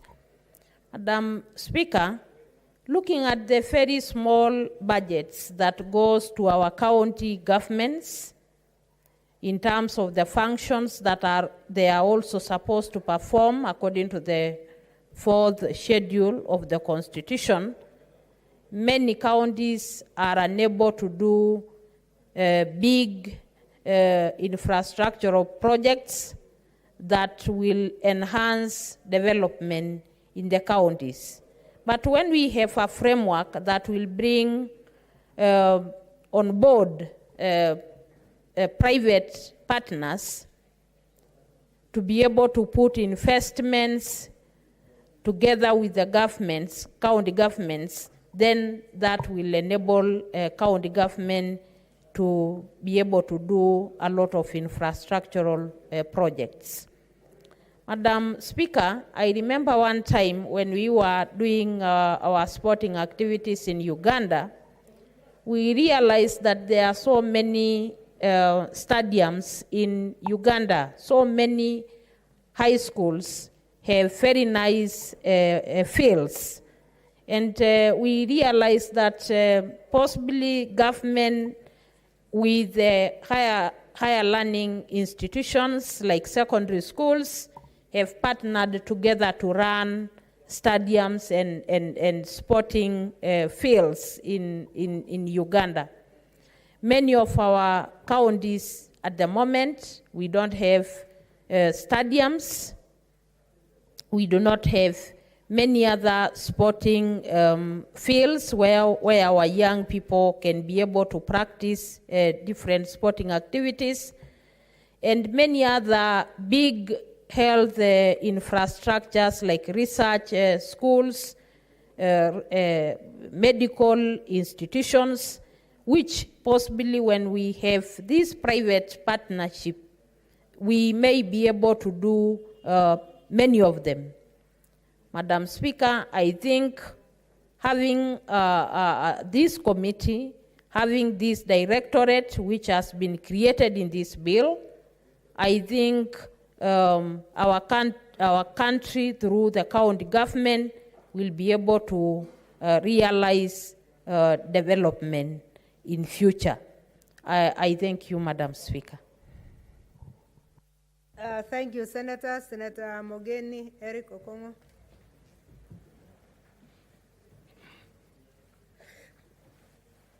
Thank you, Madam Speaker. I first want to congratulate Senator Rose Nyamunga and Senator Stuart Mazayo, who have been decorated with the state medals, and I have no doubt they are most deserving. Madam Speaker, I've known Stuart Mazayo for many years. I practiced before him when he was serving as a judge in the industrial court. I've known him as an advocate of good standing within the legal profession, and I've known him as a very able debater in this house, so I have no doubt that he's very deserving. Likewise, Madam Speaker, Senator Rose Nyamunga is serving, I believe, a second term in Parliament. Madam Speaker, some of us who have served with Senator Nyamunga in committees know how committed she is. She serves in the panel of Speaker, and I really have no doubt that she was picked and decorated with this medal because she is deserving. My hearty congratulations to the two senators. Madam Speaker, I rise first to support this initiative by the government to at least put in place a legal framework that will guide the public-private partnerships. Madam Speaker, having served as a chair of Anti-Corruption Commission, it's always a risk when you give too much discretion to any public office without putting in place a legal framework that guides the exercise of such a discretion.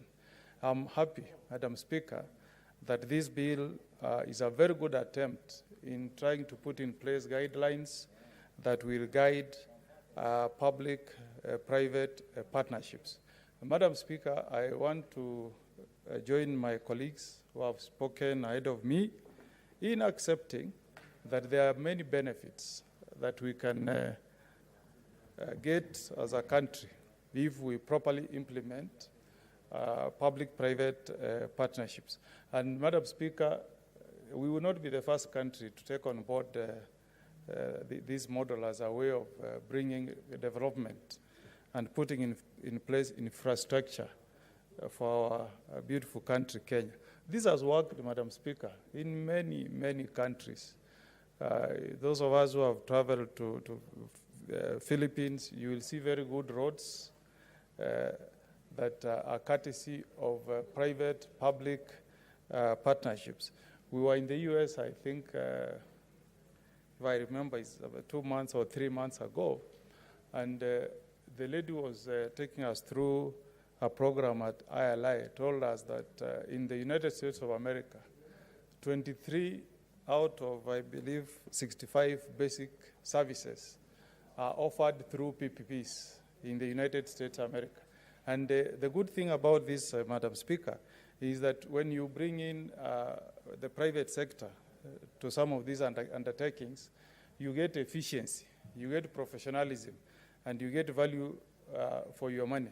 So this is a very good initiative, and I hope that the country will be able to see some change once this is brought on board.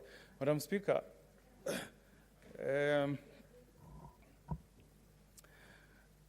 if you, at times when you travel out of the country and you come back and you land at Jomo Kenyatta International Airport, at times you get a sense of some embarrassment, Madam Speaker. On the way, we have left that beautiful airport of ours to degenerate. And I'm sure, Madam Speaker, if we took advantage of this new bill, once it's enacted into law, and allow a private entity to set up a second, reception at the airport, I'm sure that they will bring something that we can be proud of as a country.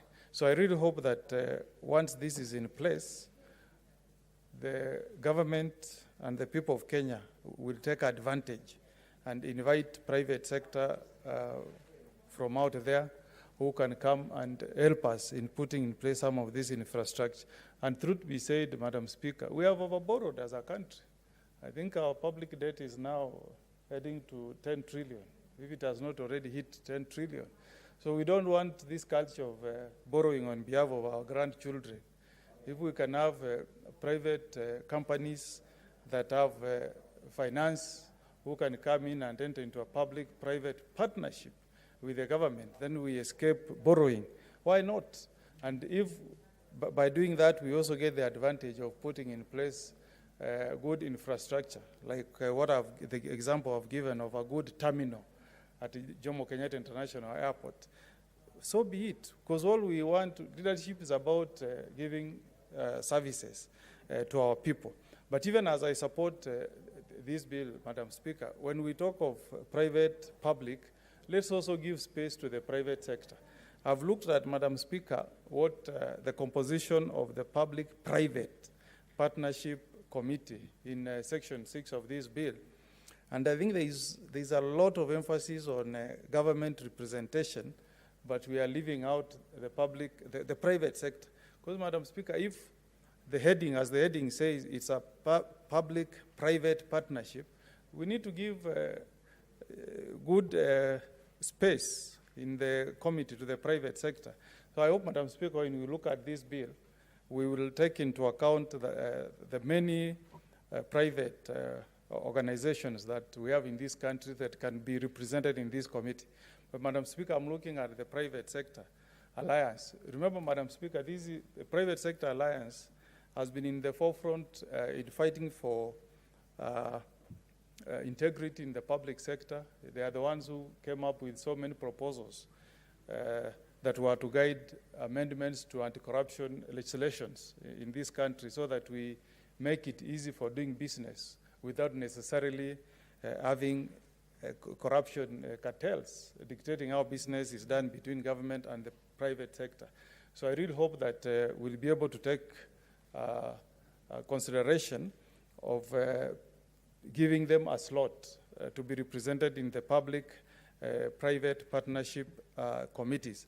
I also hope, Madam Speaker, that we'll think of bodies like CPAC, bodies like Professional Society of East Africa, APSEA.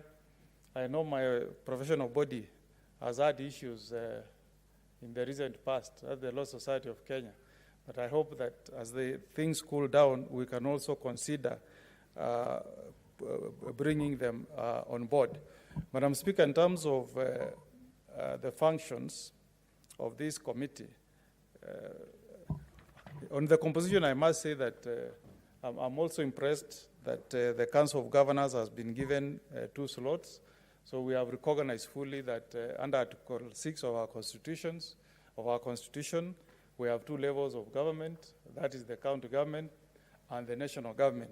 So it's good that other than having the PS from the national government, the Solicitor General, the Council of Governors will also nominate 2 people to sit in that committee. But going to their responsibility, I'm a bit worried that in Article 8, there has not been any attempt to give recognition to the role that public participation should play.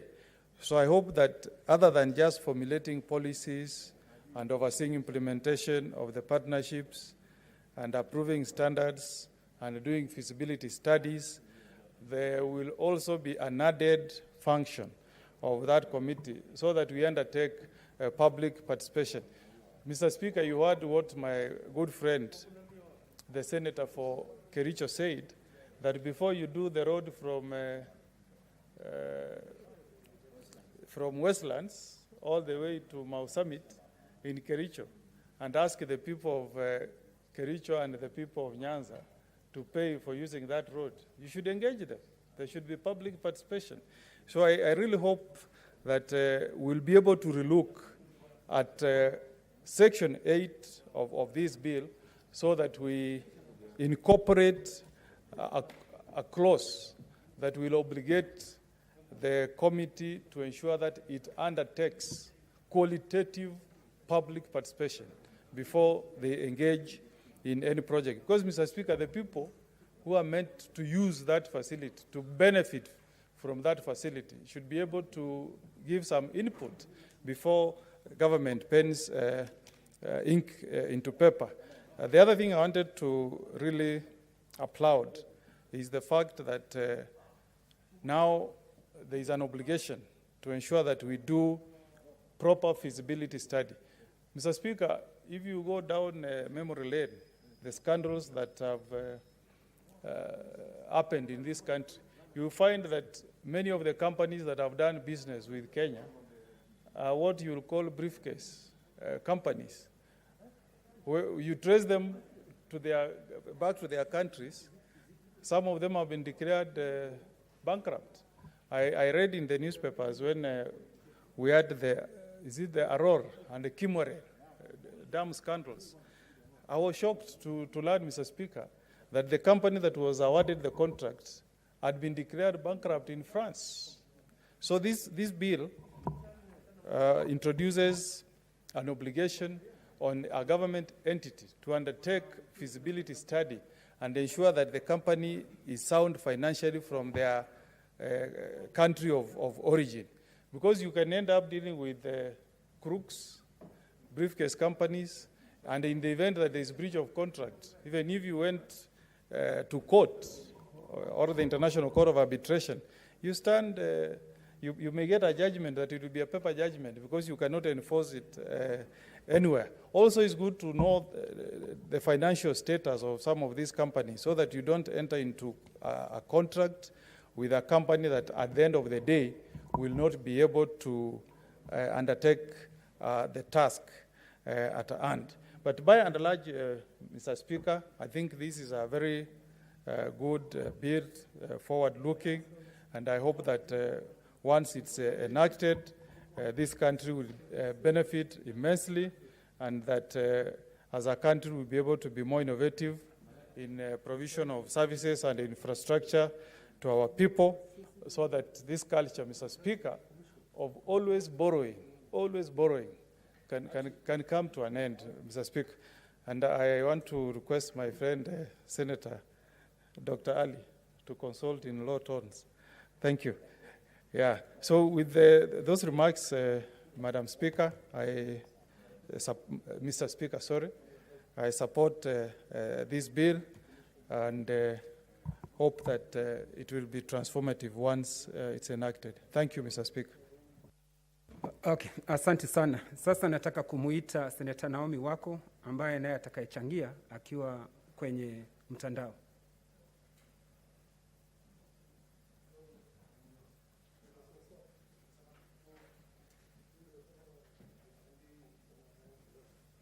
After you have been elevated to that position. I support this bill.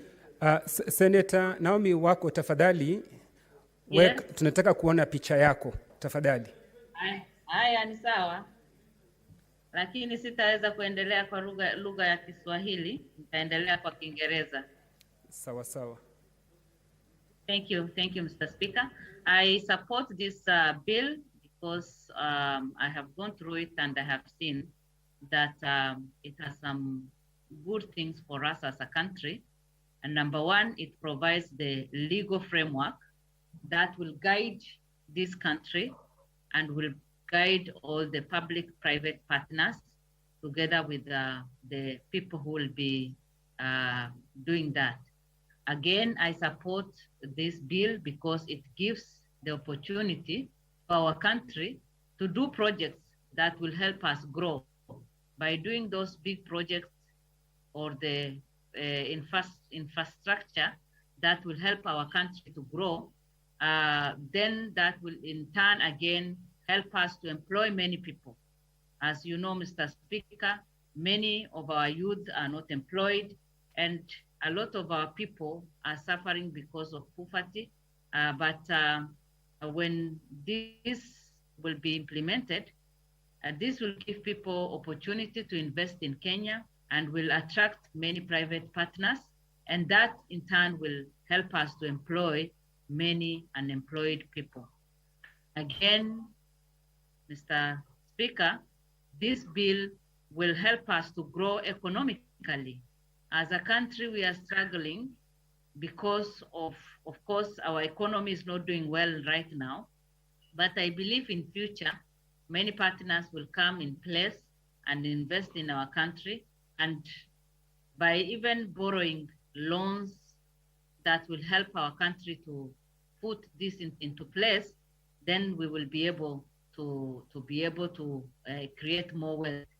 Mr. Speaker, I support this again, because when you put into consideration the counties, many of our counties like Marsabit County or other counties, we have been left behind in terms of development and growth. But when this will be implemented, then some of our counties will get the opportunity to have people who can be invited, who can be partnered with, and then we will also be able to grow. Again, it will give us the opportunity as a country to be more innovative and creative, to come up with projects that can help us grow, just as I said. And Mr. Speaker, I support this bill fully and pray that all our colleagues will also support the bill. Thank you, Mr. Speaker. Asante sana. Sasa nataka kumuita Senator Johnson Sakaja.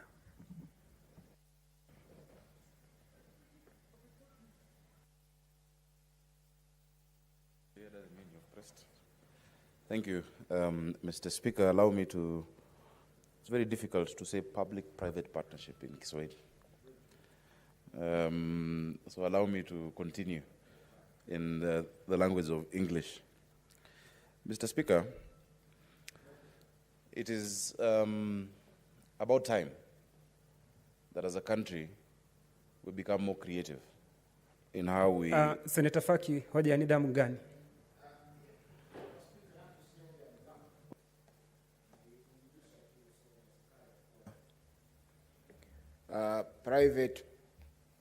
Public-private partnership kwa Kiswahili ni ushirikiano wa umma na wawekezaji wa kibinafsi.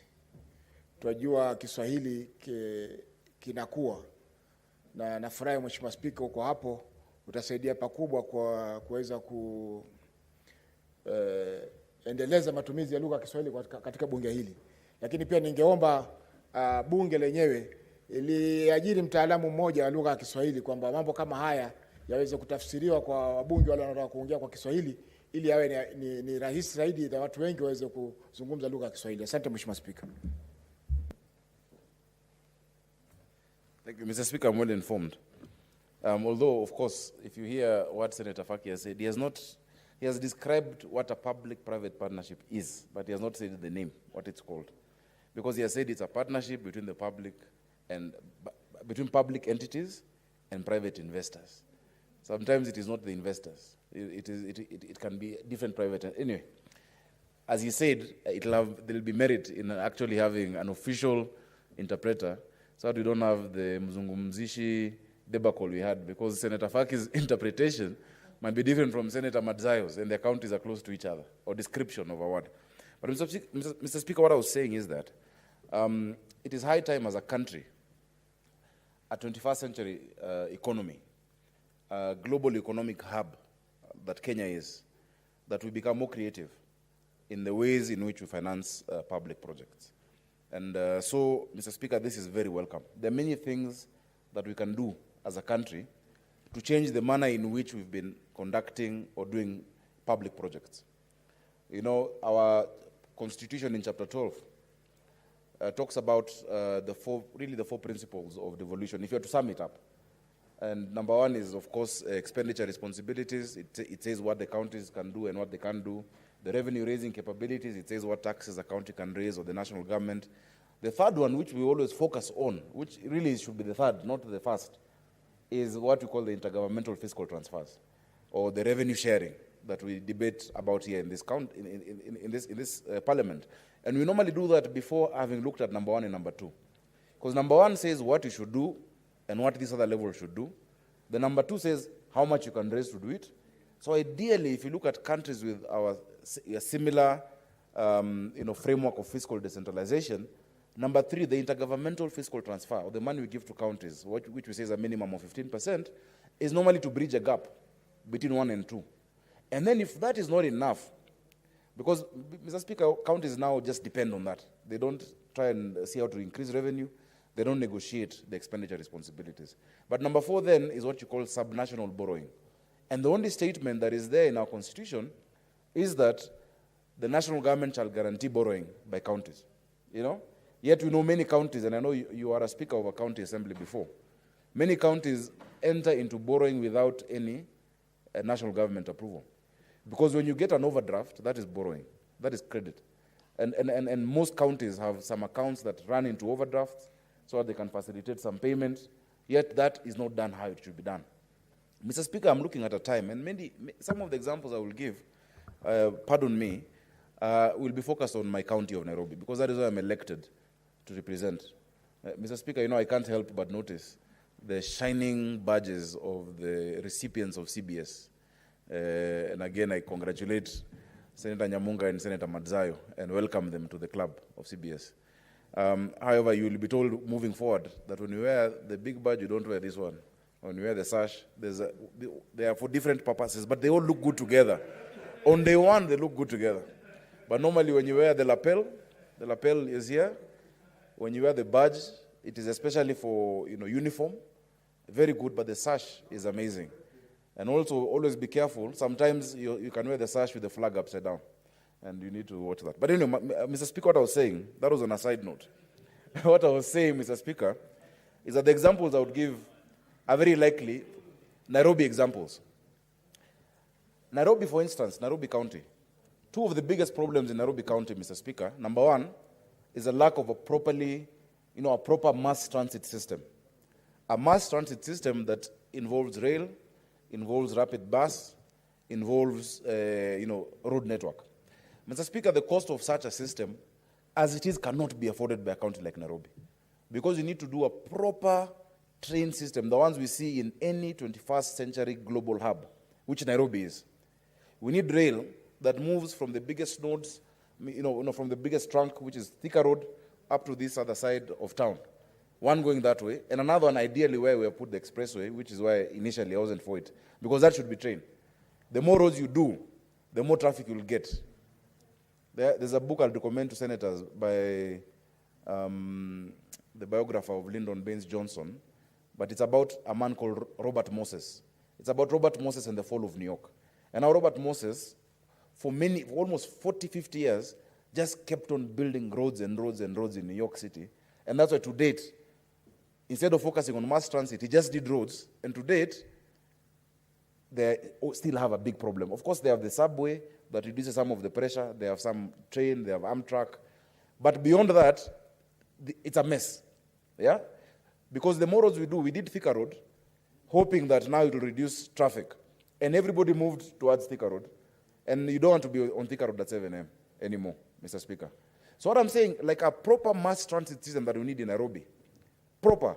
The Japanese did a plan with JICA, cost 400 million. 100 million was paid by Nairobi City Council, 300 was paid by the Japanese. If you look at that plan with the nodes, where, Mr. Speaker, you leave your car, whether it is at, Roysambu, or you leave your car at Ngong, you leave your car wherever it is, there's a proper parking silo and a clean train that at 7 a.m., there's a 7 a.m. train, there's a 7:15 train, there's a 7:20 train, which gets into town at this time.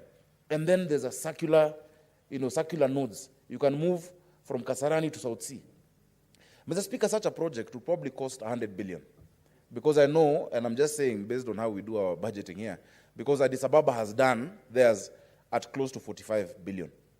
Less than the cost of the expressway.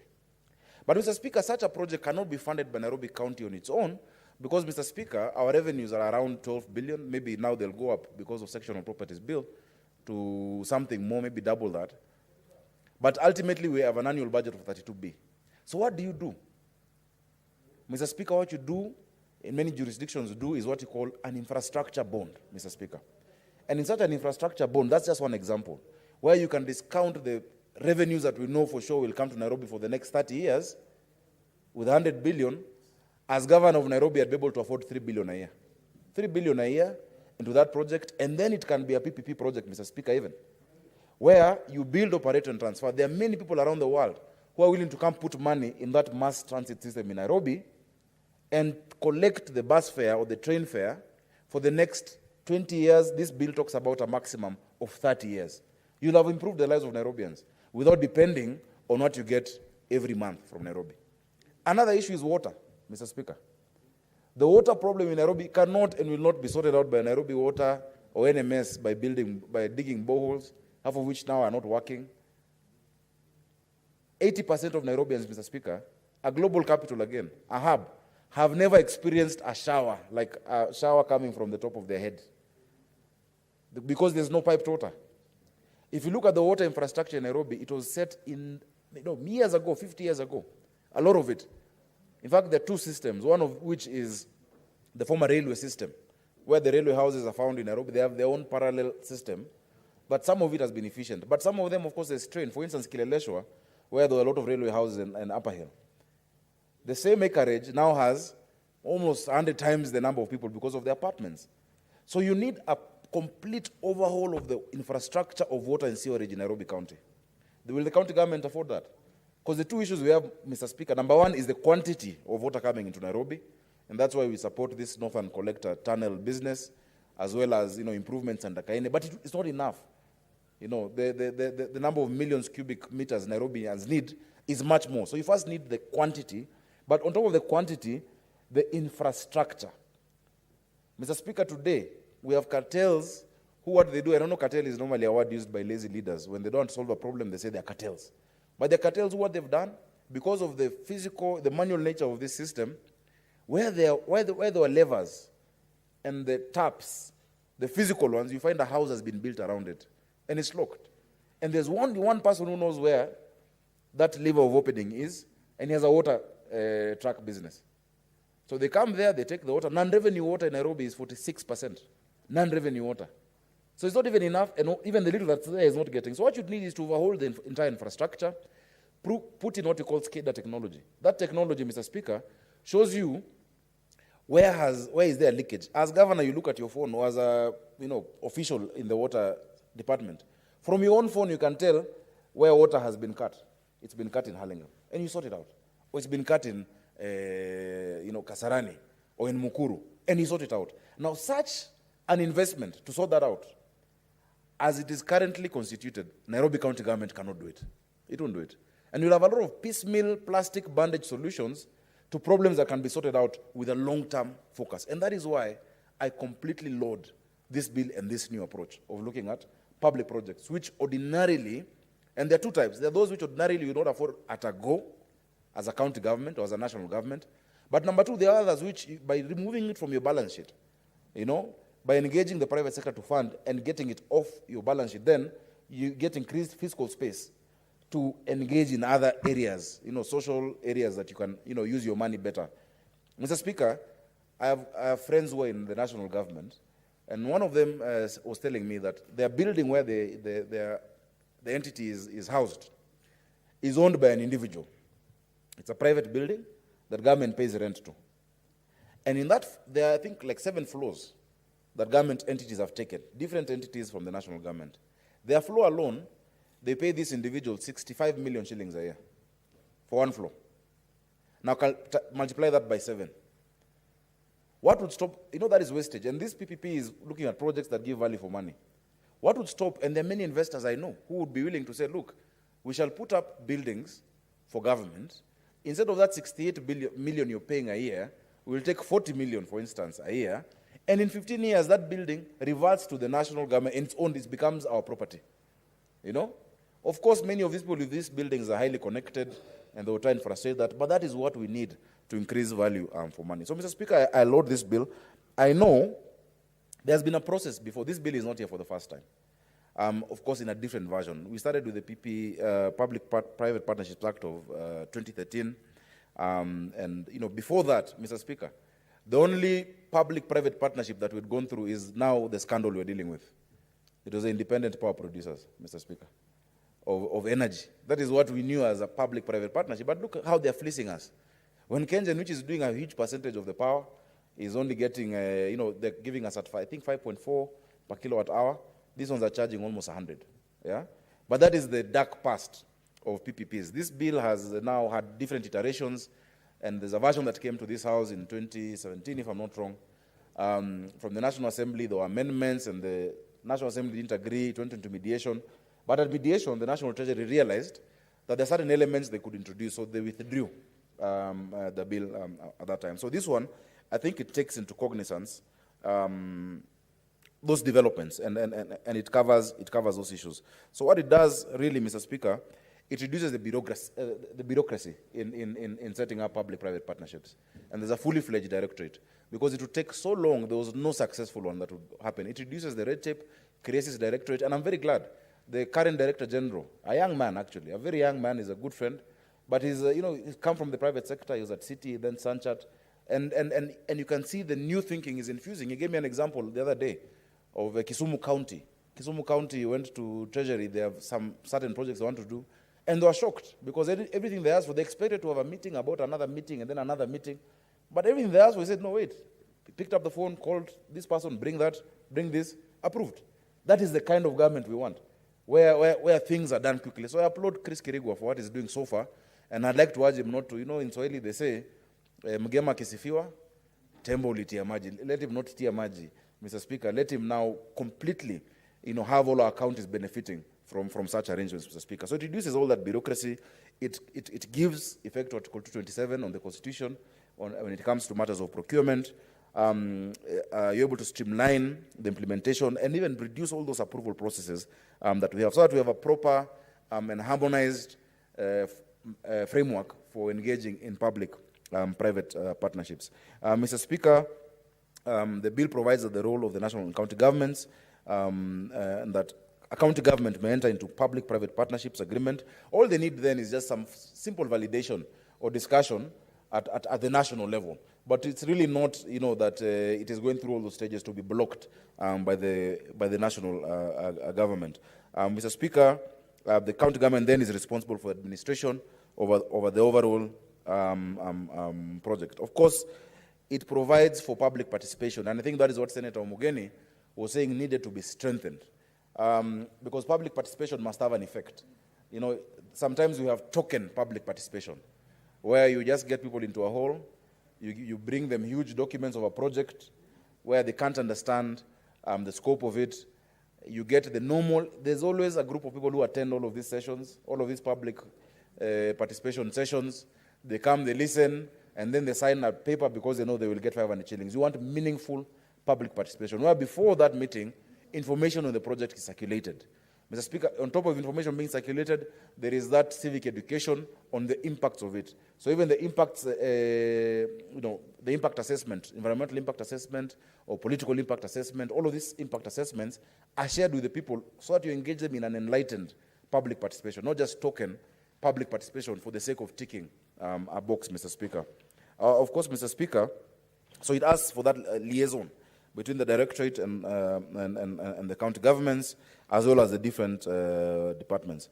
Mr. Speaker, also there's the issue of sustainability, and I'm glad there's some small, PPP facilitation, fund that is then created that makes their process easier, and that they can even help maybe devolve or rather spread out some of the functions of this directorate so that it's not just at the treasury level. Because you can imagine now if all the 47 county governments, and I know there's a very good group of incoming governors, some of which are from this house, once they get in with all these brilliant ideas, we don't all just now go line up at the National Treasury. We should be able to have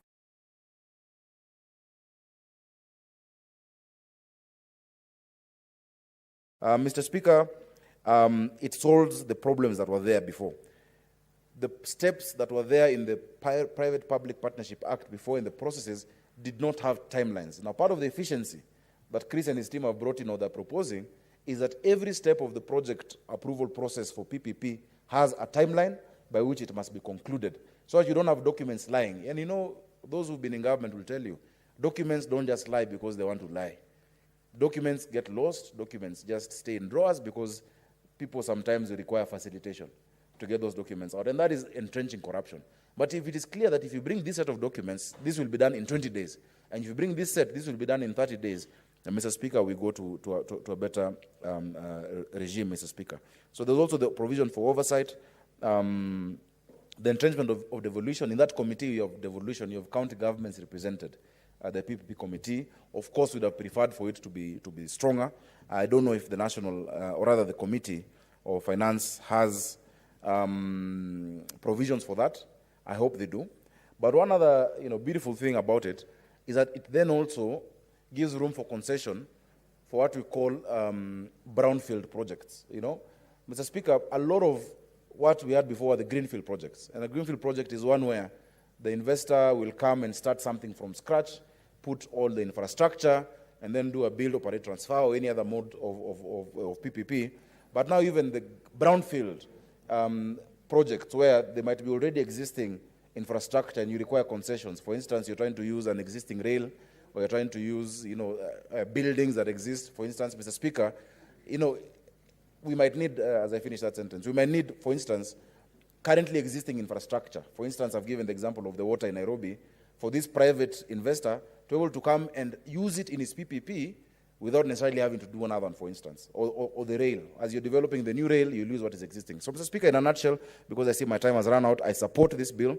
I will interact with the committee because I intend to, just at cursory glance, because I've not seen this bill before today, but I knew the discussion around it. I think I'll be proposing certain amendments unless they've been covered by what the committee is proposing. Thank you, Mr. Speaker. I support. Asante sana Senator Sakaja, kwa sababu naona ni watu wengi sana wanataka kuchangia katika hoja hii ama mswada huu. Kwa hivyo vile ambavyo ningependekeza tuchukue muda mrefu, wale ambao nitakapatia fursa wachukue muda mrefu.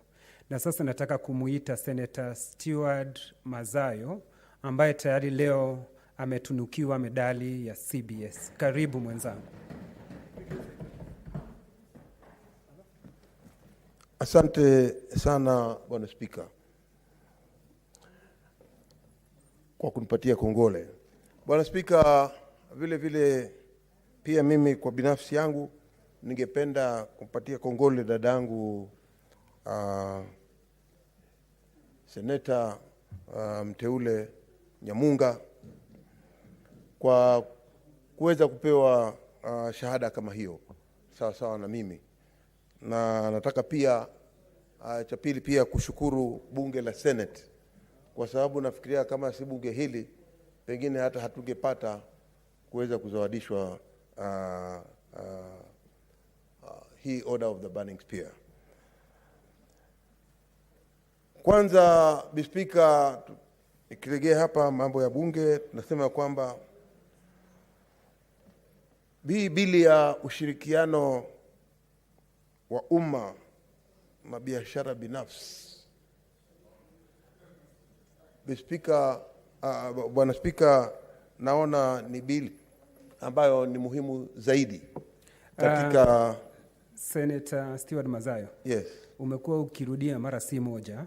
Speaker, tafadhali. Bwana Speaker, nimesema nisamehe kidogo kwa sababu ulimi unateleza sengine. Bwana Speaker, niwie radhi. Mimi pia ni binadamu. Bwana Speaker, cha kwanza ni kwamba naunga mkono bili hii. Ni kwamba bili hii inataka kutengeneza sheria muafaka ambao utaweza kuleta uhusiano bora na uhusiano ambao umewekwa katika misingi ya kisheria baina ya umma na watu wafanyi kazi biashara kibinafsi.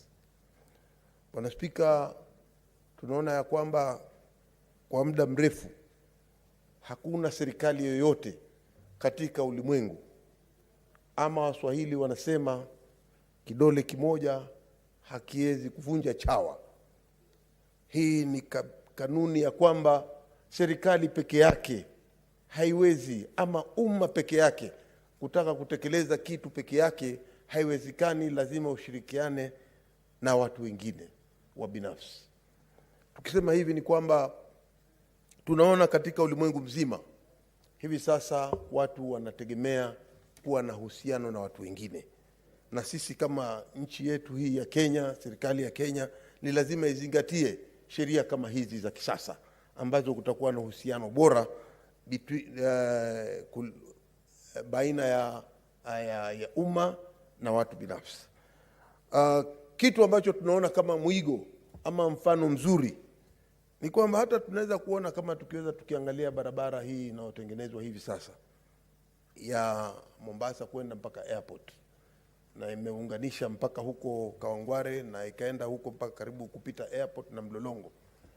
Hiyo ni kumaanisha wazi ya kwamba serikali peke yake, hiyo ni kumaanisha wazi ya kwamba kidole kimoja peke yake hakiwezi kuvunja chawa.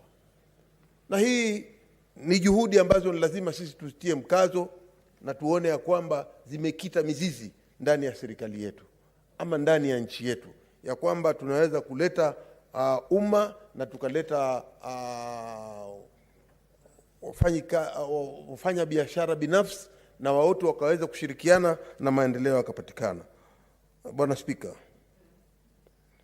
Speaker, la mwisho ni kwamba hata tunaona siku hizi wakati wowote ukiwa unaenda katika maeneo ya benki ama maeneo ya biashara kubwa kubwa, zamani tulikuwa tunakutana na wale watu ambao ni wamevaa nguo za kijeshi kulinda maeneo kama haya, lakini hivi sasa siku hizi unaweza kuona kazi kama hizo zimeweza kuchukuliwa na wafanyikazi biashara nafsi, ambapo wanashirikiana. Wale wafanyikazi ama wale askari wa pale si wafanyikazi wa pale ndani ya benki, lakini wanashirikiana na ile benki kuona kwamba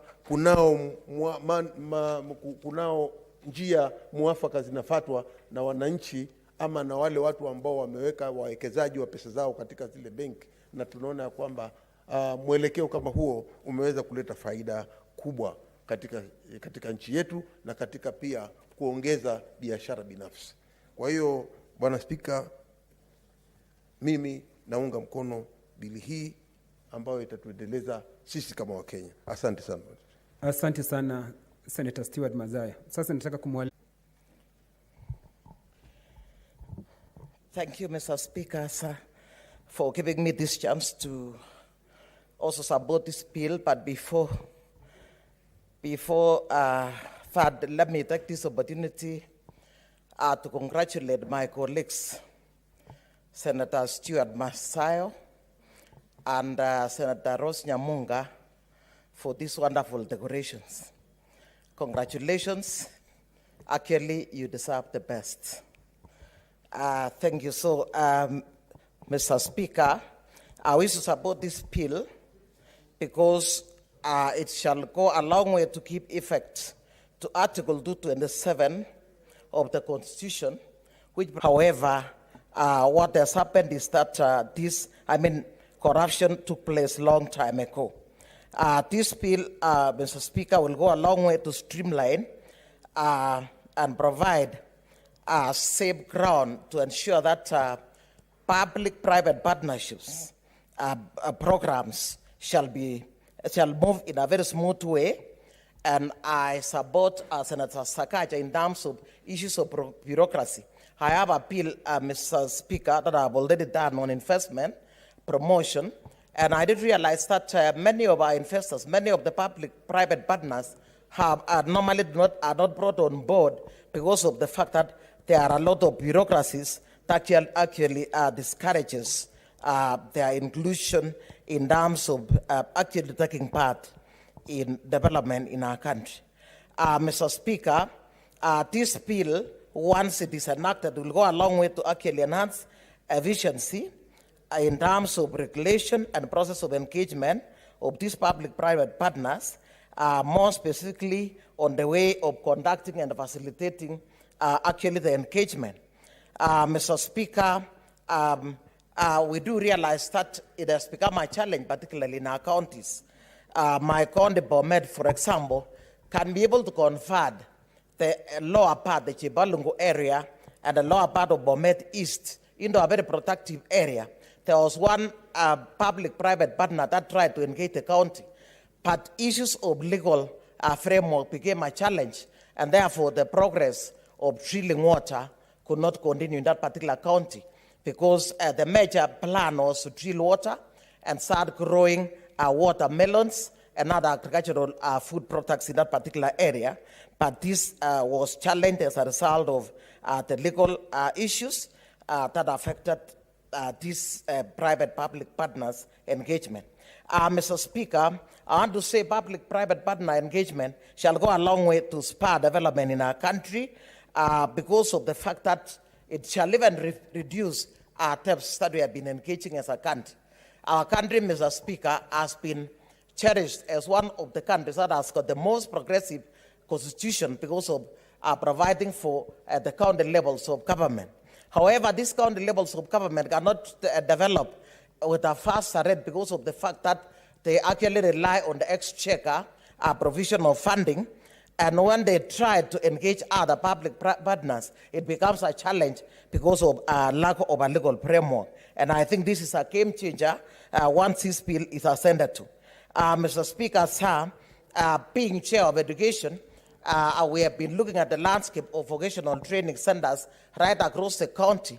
And we did realize that there are counties that are already engaging public-private partners.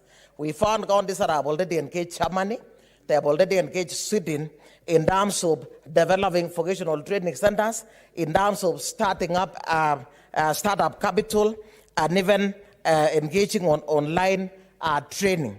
Mr. Speaker, you realize that provision of skills to our country is one way of actually ensuring that we achieve our Vision 2030, Agenda 2063, and to be able to actually speed up universal healthcare, development of food and good houses in this country, or what I would call the 4-pillar agenda.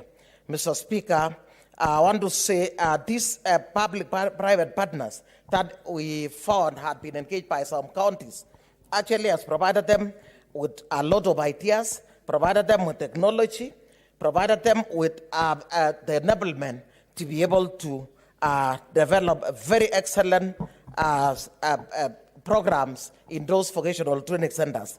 And Mr. Speaker, with this legal framework, I'm sure our counties can be able to engage more and more private partners in terms of developing projects. We have had many counties that are even having a challenge, especially during the COVID-19. There are counties who not even manage to handle this issue because of lack of health facilities.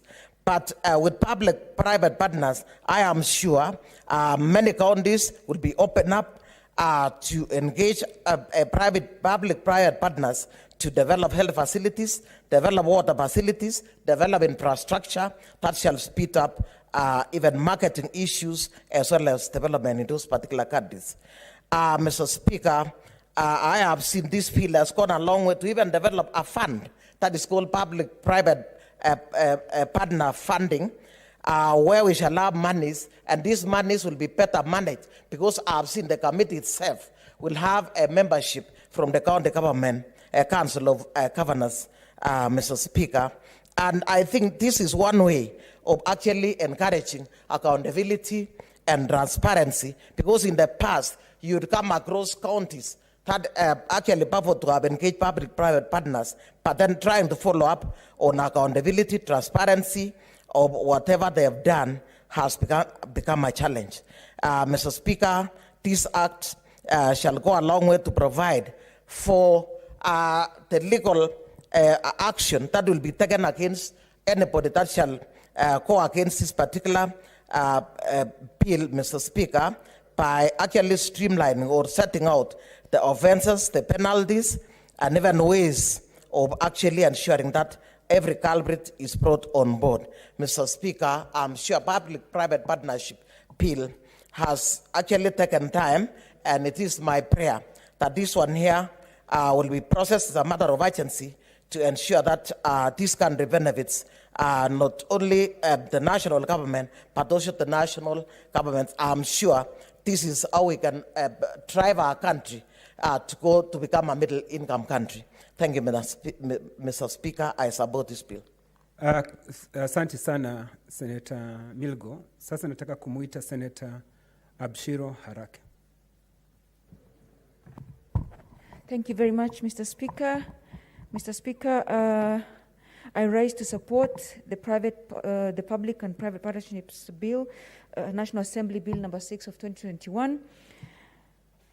Mr. Speaker, as has been said, this is a very, very timely bill, given the number of the infrastructure that we are engaging in as a country, and the need for a good legal framework to ensure that risks are managed both to the country and to the parties that are involved. Of course, public and private partnerships are contractual, have come with a lot of contractual obligations, and this piece of legislation is really timely, especially at this time when we are doing a lot of borrowing to finance the gaps in our infrastructural demands. Mr. Speaker, you know, while this is a very, very timely piece of legislation, not every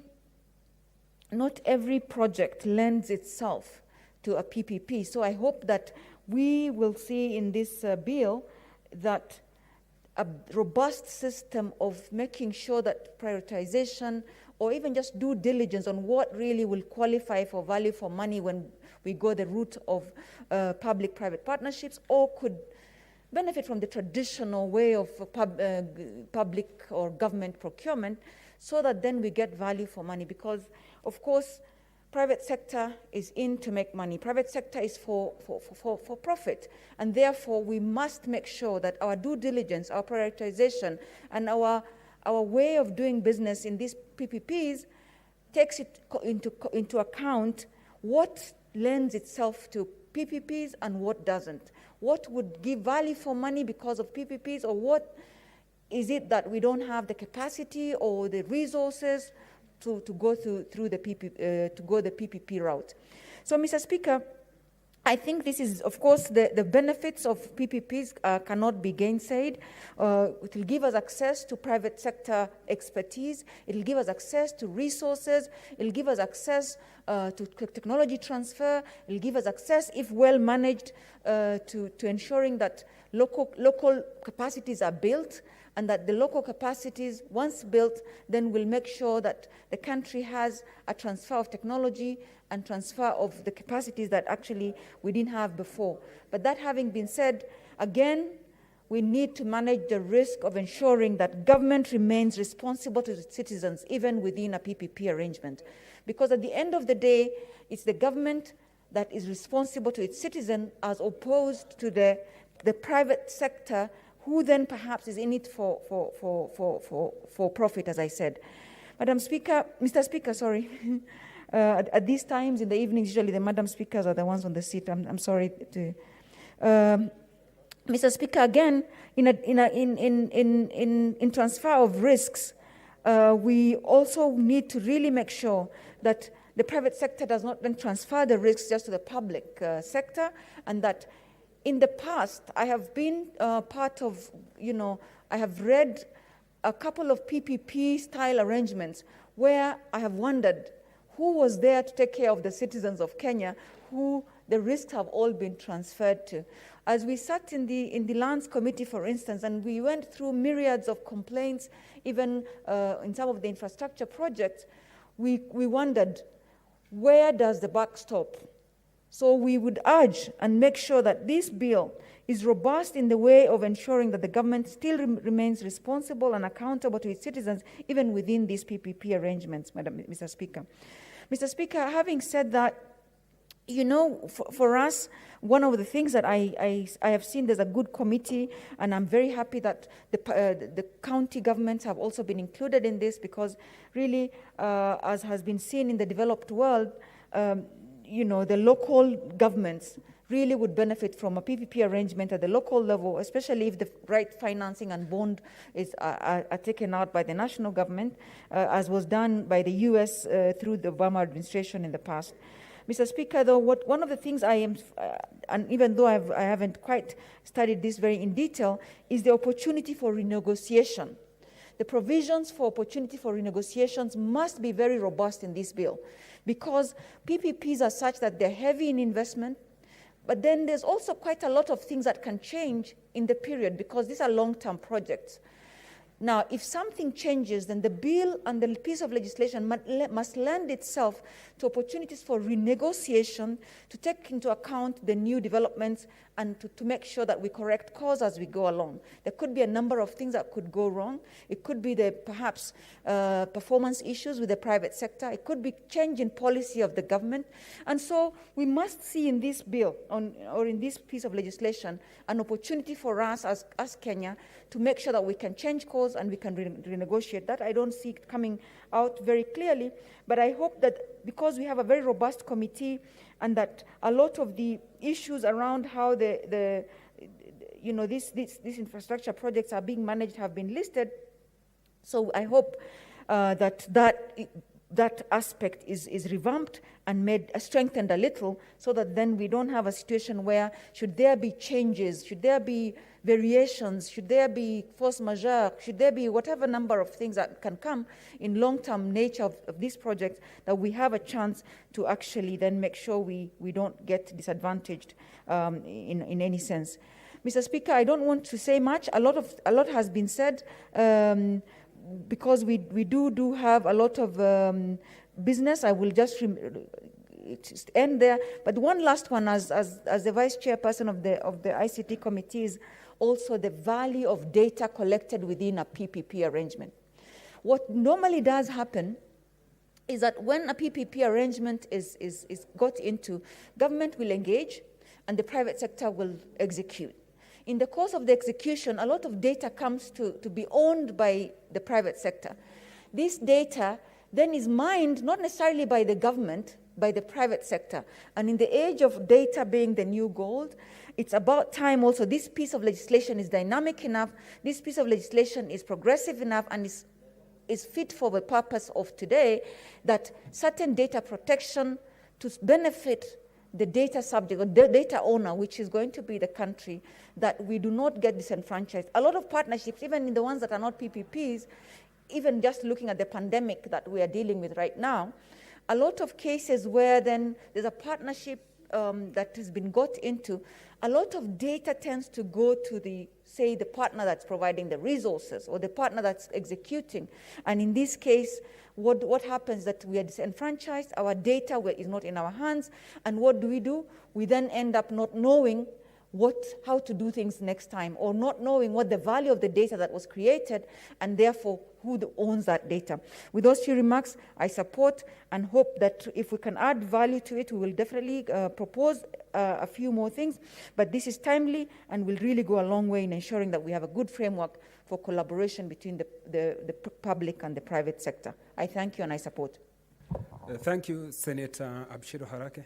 Now, Senator Rose Nyamunga.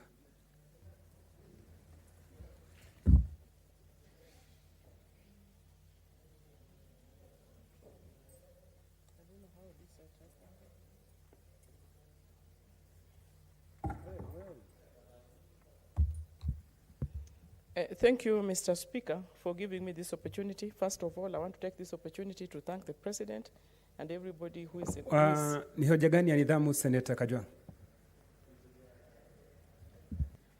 Mr. Speaker, I observed the manner in which Senator Nyamunga took off the honorary sash and bundled it and dumped it on the table. Mr. Speaker, that is a national award. It signifies that she's a hero, that she's done something great for this country. Is it in order for her to manhandle the sash in the manner in which she has manhandled that sash?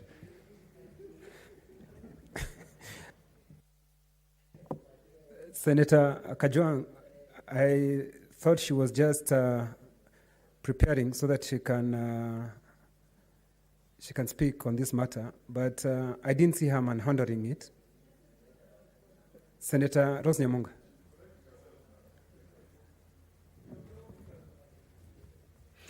Senator Rose Nyamunga, I thought Senator Sakaja explained the way it's supposed to be done. Something is wrong somewhere. I think that's fine. You're fine. Proceed. Yes. Thank you, Mr. Speaker. You know, some of these things, we are seeing them in a very long time. So we may not be very familiar on how to handle them, but definitely had no intentions of manhandling.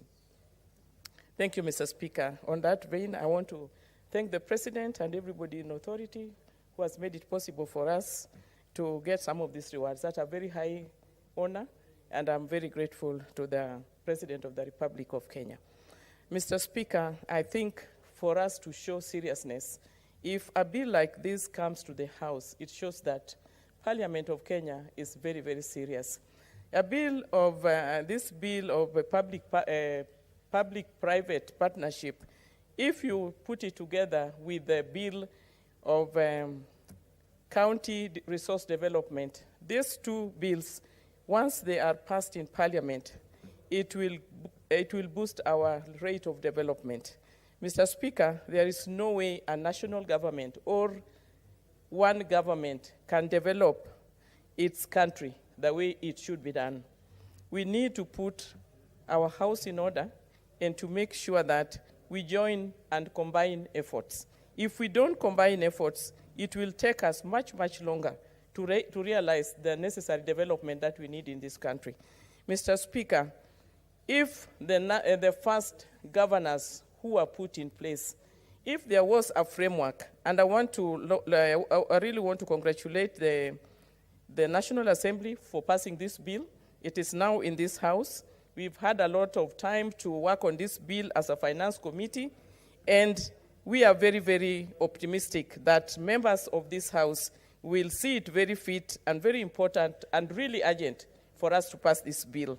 This bill, once it is passed and regulations put in place, it is good to have public people, private people working together. But it's also very important that the public is protected. This bill will go a long way to protect the people of Kenya and even the resources of Kenya. Mr. Speaker, if one thing, let's talk about waste management. If there is public-private arrangement whereby we can manage our waste, by this time, I think the country would have been very far. even the problem of we have of power bills going very high, it's because of lack of such arrangements. Because the moment we have waste management, if it is developed well, we will produce power from waste management. We will produce manure. That one will go to help in the agriculture. We will also create a lot of employment for our people. So some of these things are very, it's very timely. But what is critical is how it is done so that the people of Kenya don't burn their fingers in the process. The procurement bill, that's also a very critical bill, because if you put the procurement bill together with this public-private partnership and county resource development bill, those three put together can take this country very far. If we have a family where we look at only the head of the family to take care of every aspect, there will be no development in that country. But the moment people are apportioned their responsibility, the development comes in very, very quickly, and everybody is on board. Agriculture. The moment this bill is put in place, our agriculture will definitely go up. Because the moment we have public-private partnership, we can have a partner who will bring value, who will bring our input to our agriculture. And by input, for example, in Ahero or in Kisumu County, whereby we are dealing with the rice scheme, the sugar industry, those two industries can be developed to benefit many, many people, and the farmers in those areas will benefit. So in agriculture, we need a public-private partnership. That's another area. Another area is in transportation, already mentioned by Senator Sakaja. We need transportation upgraded in all our counties. I know now all our youth are on boda. Boda is a good thing, but it should not be our pride that in our country we can only move by boda. By now, we should be thinking on how we should be upgrading our transport system by going for the super buses that once you are in them, you feel secure, and will also control the number of accidents that we have. If you go to some of the hospitals, you will see the number of accidents that are occurring in our counties as a result of boda. Boda is good because it takes you wherever you want very fast, and it has made even business very easy for our business people at the rural level. But the level of damage that is also doing to our people at the same time is critical. So I think the transport system also needs public-private partnership, agriculture, I've said waste management, and housing. There is no county government which will be able to produce or to build enough houses to take care of their citizens, or even as a nation. If you go to the development world, I think most of this housing that we see out there, they are under public partnership. So I think I want to encourage the National Treasury, the national government, to make sure that once this bill is put in place, it should be fast-tracked so that we start gaining or getting accruing benefits from it immediately. It's not one bill that we want to put in the shelves and forget about, because it will fast-track our development, it will bring a lot of employment to our young people, it will help us, even in the agenda for the president, where we have industries, we have agriculture, food security, we have housing, and any other agenda, and even infrastructure. It's already mentioned that for us to have proper infrastructure, the government can do it. It's very expensive. For example, even the expressway that we have, it's a very expensive project, but it's going to improve this city. Everybody will see the benefit of the expressways. Now we can criticize it, or we can talk negatively about it because we look at it politically.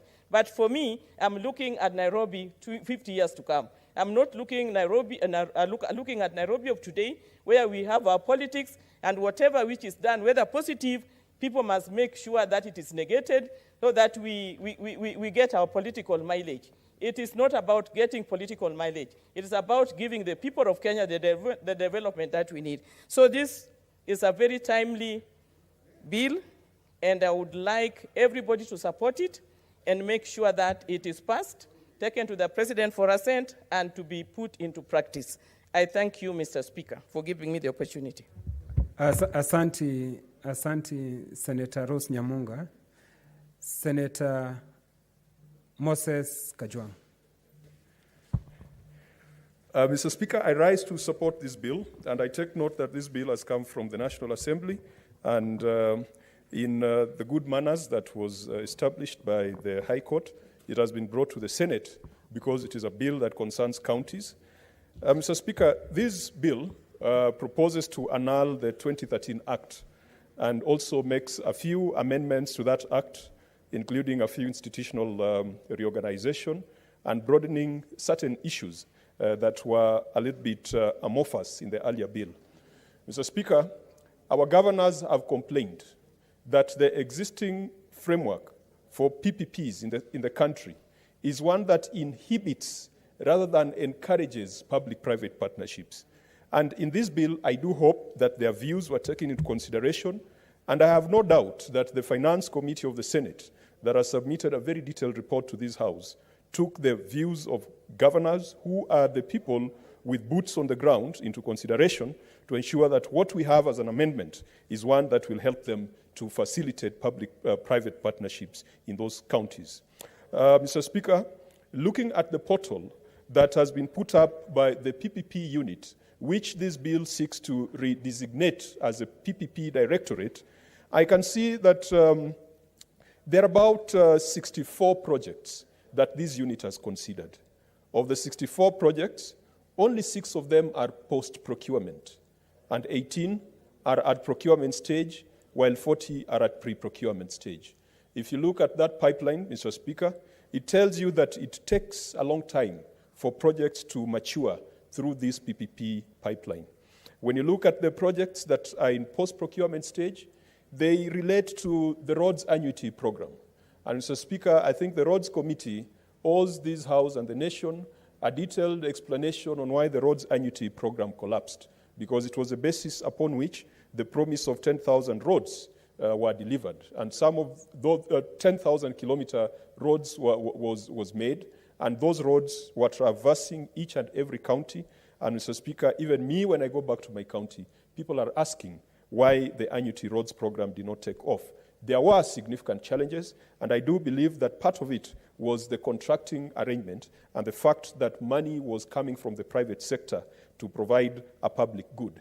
And an assessment of the annuity roads program, its success or its failure, would inform us in ensuring that we have the right laws to guide PPPs. Another project that is at post-procurement, Mr. Speaker, is the Lamu Coal project.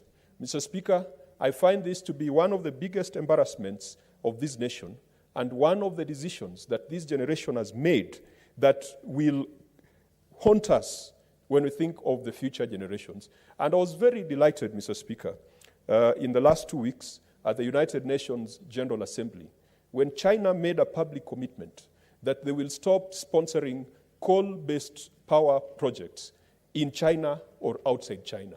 With that, the Lamu Coal project has, by all definitions, collapsed because China was going to be one of the key financiers of this project. Of course, there are public-spirited individuals who have gone to court to talk about the destruction of the ecosystem and the effects on biodiversity of having a coal project in Lamu in such a fragile ecosystem. And Mr. Speaker, the fact that the Lamu Coal project went through this PPP pipeline to the point where procurement was done, to the point where it was being stopped in courts, and it was being stopped by environmental activists, Mr. Speaker, it tells us that then there could be something missing. There could be a level of rigor, a level of ethical concern, and a level of moral responsibility that is still missing in our PPP consideration. Because in any sane-thinking country, the Lamu Coal Power Project should not have succeeded. In a country with vast geothermal potential, in a country with huge hydropower potential, in a country that is endowed with wind, it was irresponsible for the PPP unit to midwife this Lamu Coal project, which has since collapsed. Mr. Speaker, the bill proposes to expand the procurement methods available for PPPs. The 2013 Act had the two methods that I would call fairly competitive. Because in the 2013 Act, the procurement methods that were permissible was competitive bidding and privately initiated proposal. Now, Mr. Speaker, the bill has added the aspect of restricted bidding and direct procurement. And I think that is dangerous. There are countries, there are jurisdictions that have gone through similar laws and processes with greater success, but they have not permitted non-competitive bidding. Mr. Speaker, it's not too long ago when we were in the Committee on Roads, when Senator Cherargei posed a question on the procurement of a road that traverses northern Kenya. And the response that we got from the CS involved was that the road was procured under restricted tendering. Now, this is hundreds of millions of shillings, and because it's restricted tendering, and they've cited security as a reason for restricted tendering, they do not wish to cooperate with the committee, to tell the committee how many kilometers, to tell the committee the quality of the road, whether it was tarmac, whether it was gravel. And so you've got this shroud of silence that accompanies restricted and bidding and these non-competitive practices. Mr. Speaker, I think this is dangerous. And if we are not careful, we are going to end up with many more Anglo-leasing type issues. We are going to end up, because this country, our history with procurement is well known, such that if you now open the door that the CS Treasury can come up with guidelines on non-competitive bidding, this can be grossly abused. And we have seen that abuse in the road sector. And thank God, Senator Cherargei has generated a statement which the Roads Committee will seek to interrogate to see the extent to which the executive has abused that provision. I find it a little bit dangerous to use this provision for PPPs. But perhaps the comfort I get is that the rigor and the stages and processes that are involved in coming to fruition of a public-private partnership will then reduce the chances of mischief that we have seen in our public procurements. Mr. Speaker, the old Act, I said, had privately initiated proposals. And I've had an occasion in my county to deal with a privately initiated partnership proposal. We've had two in Mutembei County.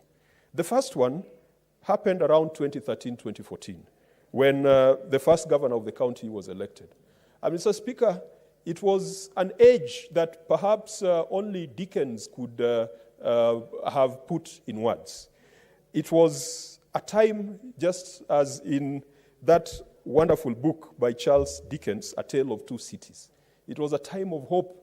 It was a time of great expectations. Mr. Speaker, every governor would come up with great projects that they were launching. In my county, Governor Cyprian Awiti, in his characteristic style, launched the 560 billion Agri-City project.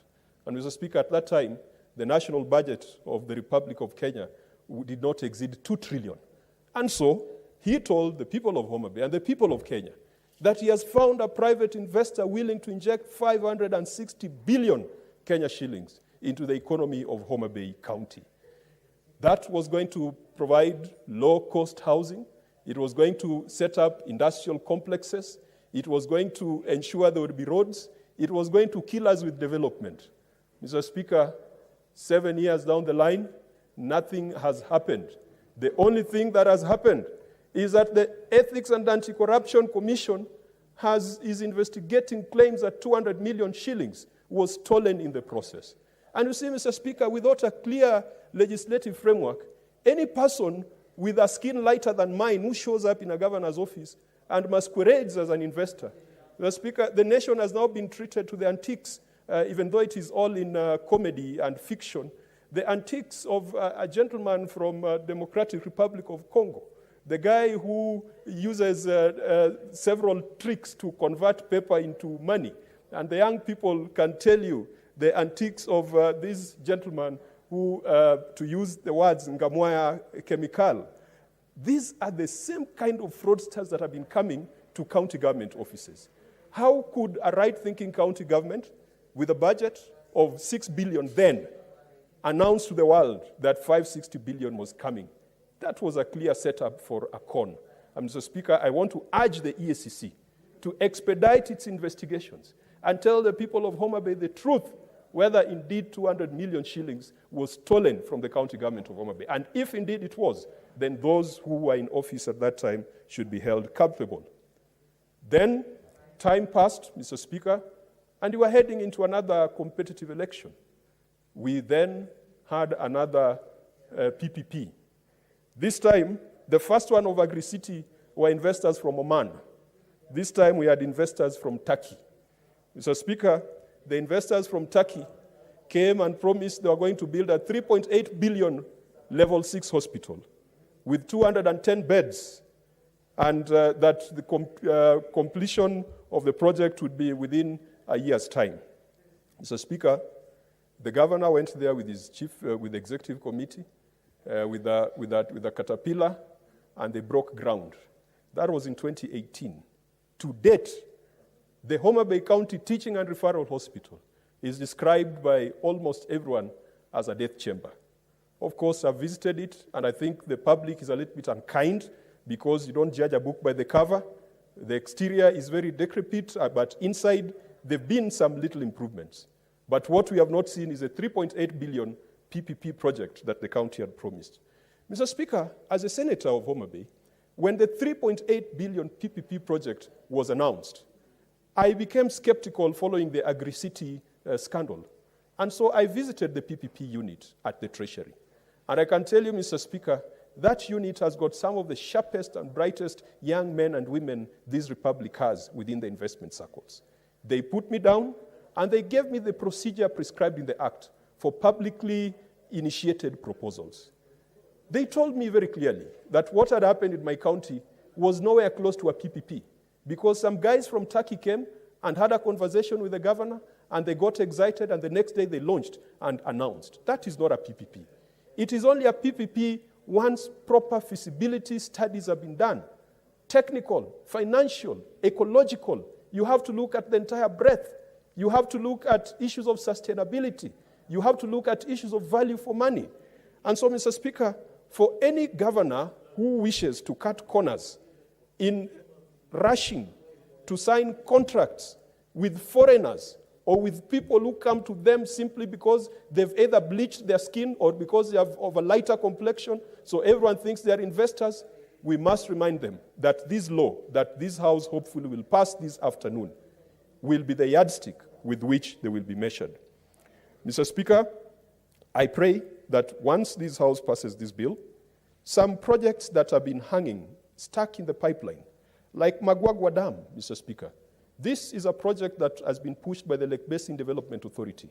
And Magwagwa Dam has got a huge transformational impact on Western Kenya. It will result in control of flooding that is perennial, that is seen not just in Kano area, but in areas like Nandi, the entire Western region. It will enhance food security. It will be able to generate electricity. Mr. Speaker, it will create employment. It will come along with industrial zones, export processing zones. Mr. Speaker, this Magwagwa Dam alone, if there was anybody who was making an economic promise to the people of Western Kenya, and by Western Kenya I do not mean Nyanza, but the entire region, from parts of Rift Valley into Gusii, into Western Province and into Nyanza Province, it will be the completion of Magwagwa Dam.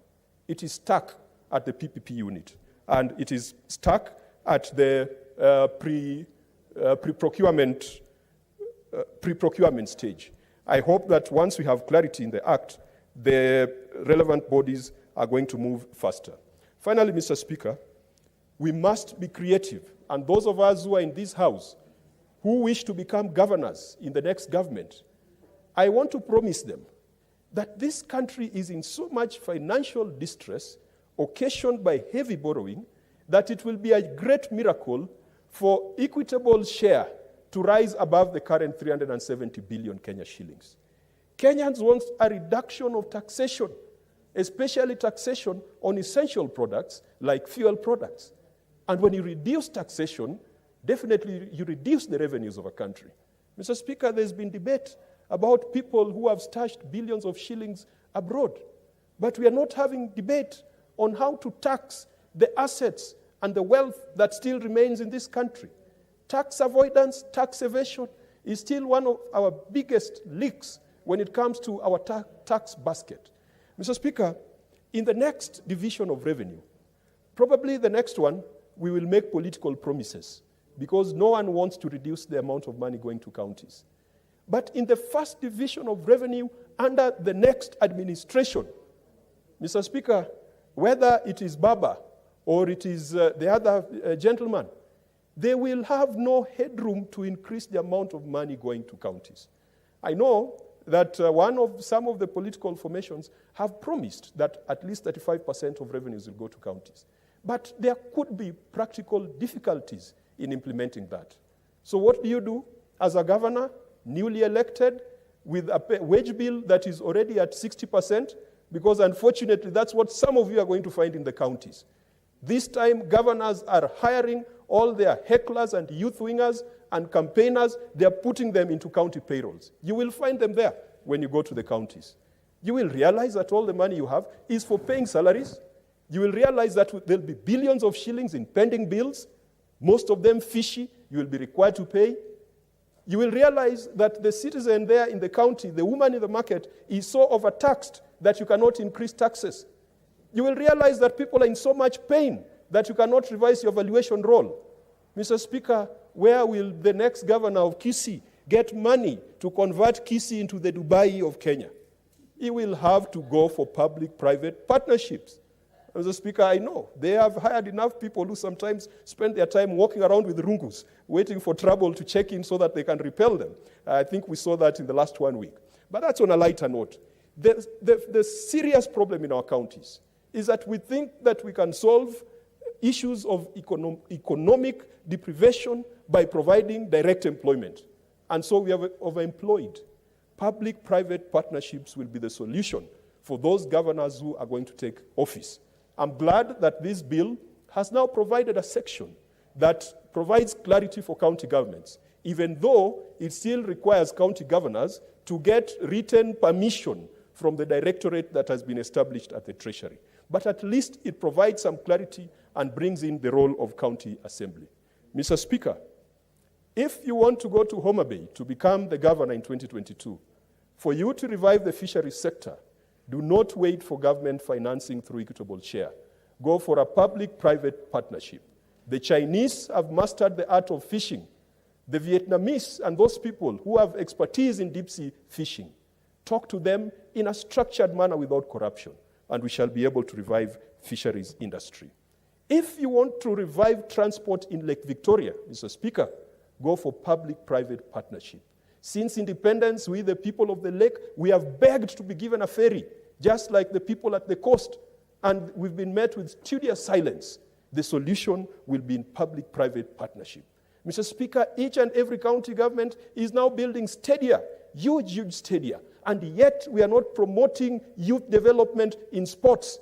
Who is going to play in those stadiums? Mr. Speaker, we have seen in places like Turkey, they have encouraged the private sector to be the ones to build stadia, to be the ones to manage sports teams, and to be the ones to manage talent academies.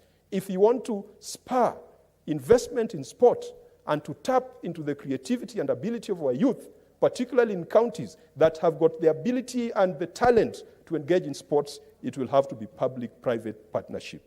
Mr. Speaker, even when it comes to infrastructure, when it comes to issues to do with trade, like markets, abattoirs, public-private partnership will be the way to go. I therefore support, and I want to urge the House that we pass this and put the Cabinet Secretary under immense pressure to bring the relevant regulations before Parliament so that we can operationalize this act and we can allow our county governments to proceed. Finally, Mr. Speaker, I think we should also put a caveat that a governor who's nearing the end of his second term should not be allowed to engage in a public partnership agreement, at least not 6 months to the election or 1 year to the election, because effectively what they will do is that they will transfer some functions and assets to cronies so that they continue milking those counties once they are out of office. I support, Mr. Speaker. Thank you, Senator Moses Kajwang. Senator Professor Kithure Kindiki.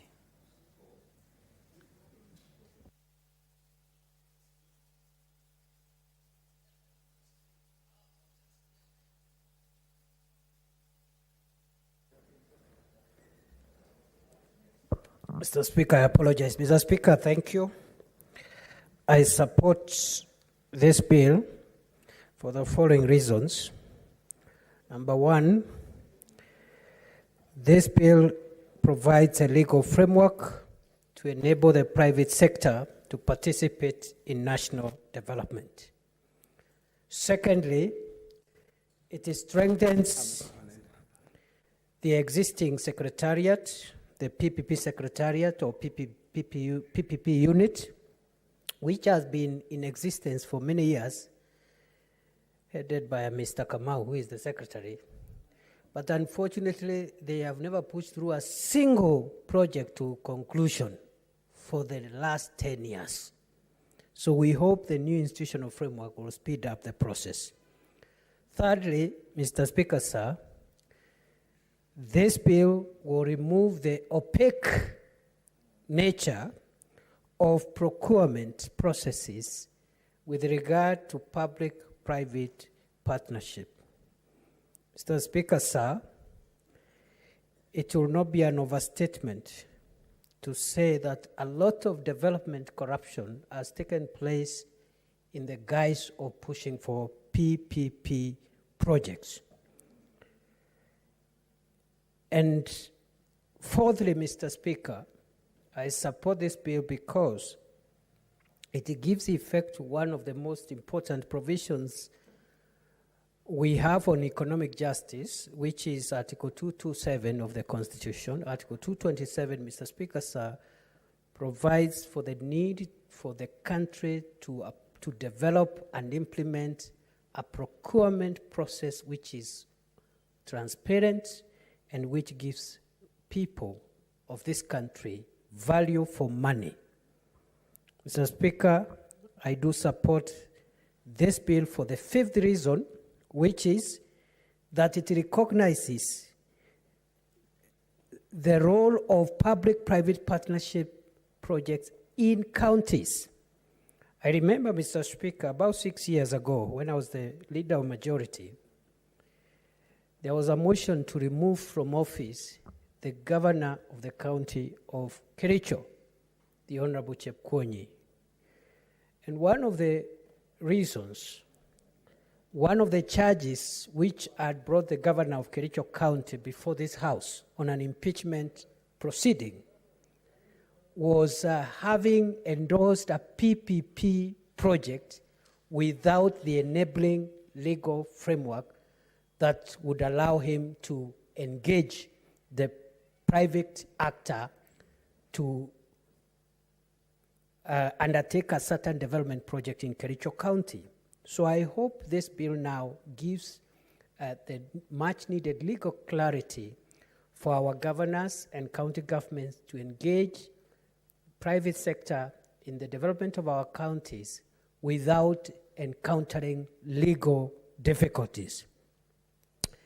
Sixthly, this bill, again with regard to PPPs in counties, recognizes the important role of county assemblies.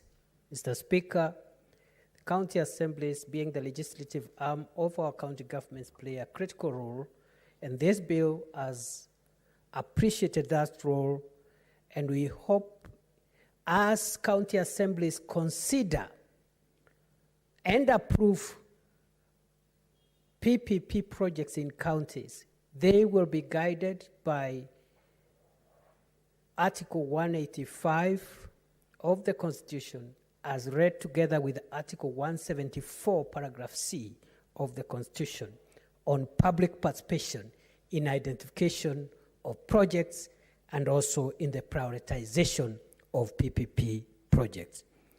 I see one big challenge with this bill, Mr. Speaker, even if I support it, and this is that it's loading the country with more institutions. And I don't know why we cannot use the existing institutions to achieve some of the things we want to achieve. And every time there's a new bill, another institution is created. And you'll find in this bill, the Secretariat of the PPP department in the Treasury has been elevated into a full directorate.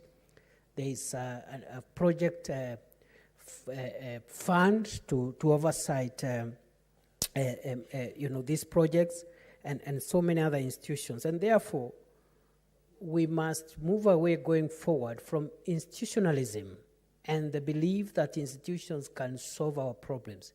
We are just creating more jobs for a few people and increasing recurrent costs of this government, which is almost crumbling under debt and the wage bill.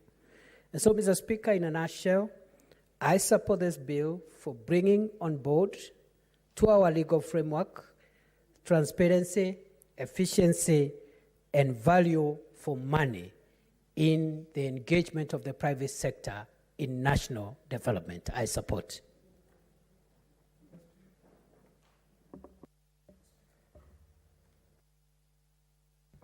Thank you, Professor Kindiki. Senator Sam Ongeri. Thank you, Mr. Speaker, for giving me the opportunity to also contribute and make comments on this public-private partnership bill of 2021. This bill has 88 sections that define how the bill is going to look like and eventually become an act of parliament. One of the things that is attractive in this bill is provides a long-term contract between a private party and a government agency for providing a public asset or for providing service to the public entity, whether it's a national government or a county government. Section 64 to 67 relates to how the county governments can be able to process and activate the public-private partnership in order to be able to leverage on the advantages that are accrue from the public-private partnership. One of the things that we all must accept that when you create the public asset or you create a public service, it expands your GDP. And therefore, once your GDP is expanded, the likelihood of creating employment opportunities is very high. One of the attractions, again, with this PPC, the P3s, is that the private party bears a significant risk and management responsibilities. And this has already been assessed according to the World Bank report of 2012, that indeed the risk that is taken by the private sector may not be a risk that can also be undertaken by the public sector. We know that any government, whether national or county level, would need extra resources that are not being provided for in the budget. Our budgets are restricted because of the nature, Mr. Speaker, of the taxes that have been levied on people, and therefore the collections cannot be beyond a given market, a given mark. And it's important, therefore, to be able to look for extra resources elsewhere to be able to advance the development agenda of a national government or a county government. Therefore, it's very attractive and indeed a very good idea, because we know and we have witnessed that one of the reasons why we prefer the public-private partnership, because the private sector is able to galvanize participation in providing extra resources and dormant funds that are lying in pension funds, lying elsewhere in some other funds which have been kept away, waiting for an opportunity to be able to invest in some bankable projects that one can be able to do. And therefore, I agree with that concept that because the private sector is able to galvanize those funds, bring them on the table, be able to reduce public sector administrative costs by entering into a PPP, and it allows the risks to be shared, and also reduces the problem of public sector budget constraint as well as public sector which possesses a very high mobility in being able to achieve the objective within a given timelines that has been set by the agreement. It's important to also note that one of the essential elements that must be adhered to and must be agreed upon is the question of the stages of establishing the PPPI. The PPP, not the PBBI. The PPP, the 3 Ps, is domiciled in the National Treasury, where you have a secretariat now which is going to be expanded to form a directorate, with the Director General as the person who is in charge of that secretariat. We have also seen in the bill somewhere else where they have captured that there will be a representation by the Council of Governors by 2 governors to represent the interests of the county governments, of the 47 county governments in that government. The innovative aspect of this bill is the provision that the county assemblies will be required to be able to pass an agreement or any proposals being made in respect of the public-private partnerships. And therefore, they will have the first opportunity to be able to pass that element. The uncomfortable bit of it, Mr. Speaker, is when they have to seek permission from the National Treasury. This may be a cumbersome element, because once you've given them the opportunity, and they are also part and a parcel of that directorate, the wider directorate, and in the council where they are going to participate in that place, I think that element of timelines must be debated and reduced the most minimum, so that Treasury or the PPI Secretariat doesn't have to create excuses why they are delaying a particular project being done efficiently. I must say, the county governments today, one of the most essential elements that needs to be provided for in the county government, and the resources being devolved to the county governments may not be sufficient, is the issue of water.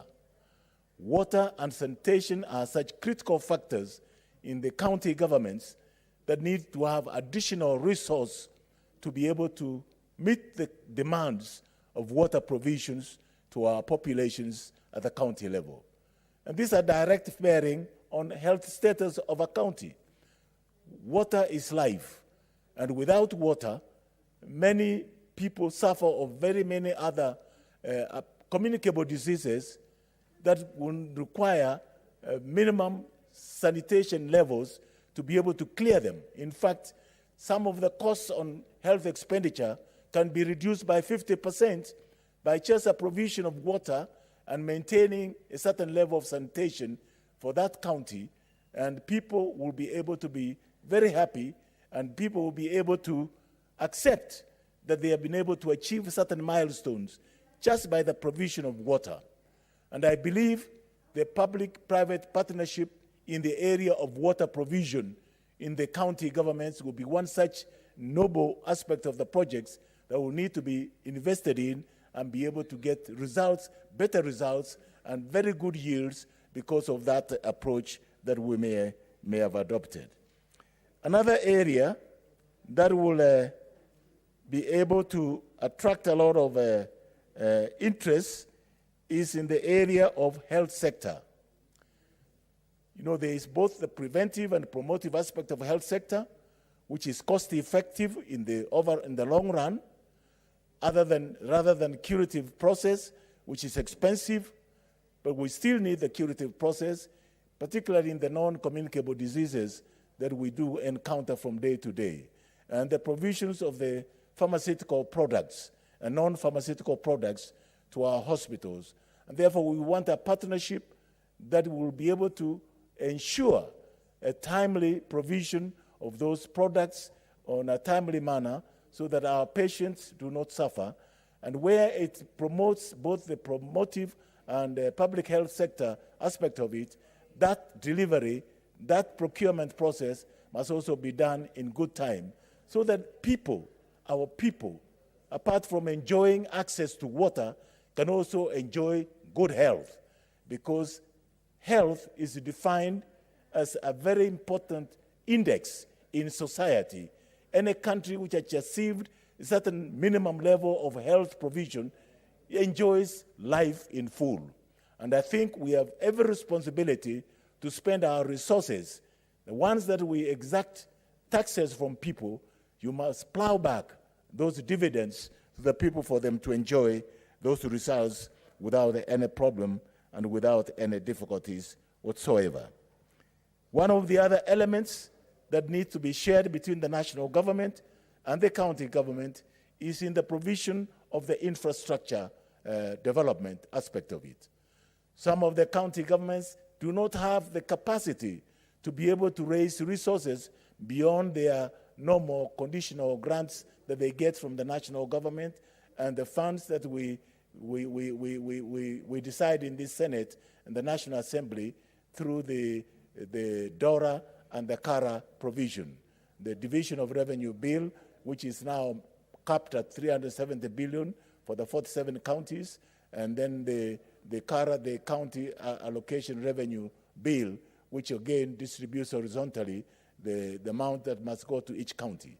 When you look at those budgets, they can hardly, and you look at the development budget, some of the counties can hardly have 2 or 3 billion Kenya shillings for development.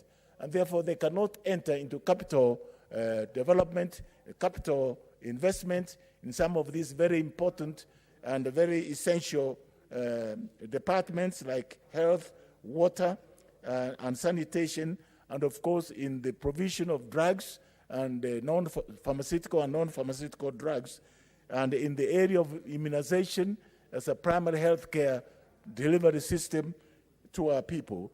And we need, therefore, to access resources beyond the normal budget that we have in our kitty. And therefore, this provides a very important channel through which the private sector can be able to improve on the status and the economic well-being of a county government. Now, I must say, right from the outset, that the major infrastructure road network, we have not had a fair share in terms of national equity in getting the infrastructure going to each and every county. We have seen this infrastructure concentrated in certain areas, and I must say that some of the roads that we had put in the budget that had been given a budget line are no longer being developed. That money has maybe, probably, I don't know, been shifted to other counties for development. And I must say, with a lot of disappointment, Mr. Speaker, that a road like, for instance, in my county, a road like, there was a road that was supposed to be done. It was in the budget in the Kibaki administration. We managed to get it back in the budget in the current government's administration. Kemera, Amabuko Road, coming to Keroka, going to Ibacho, on to Kiamukama and to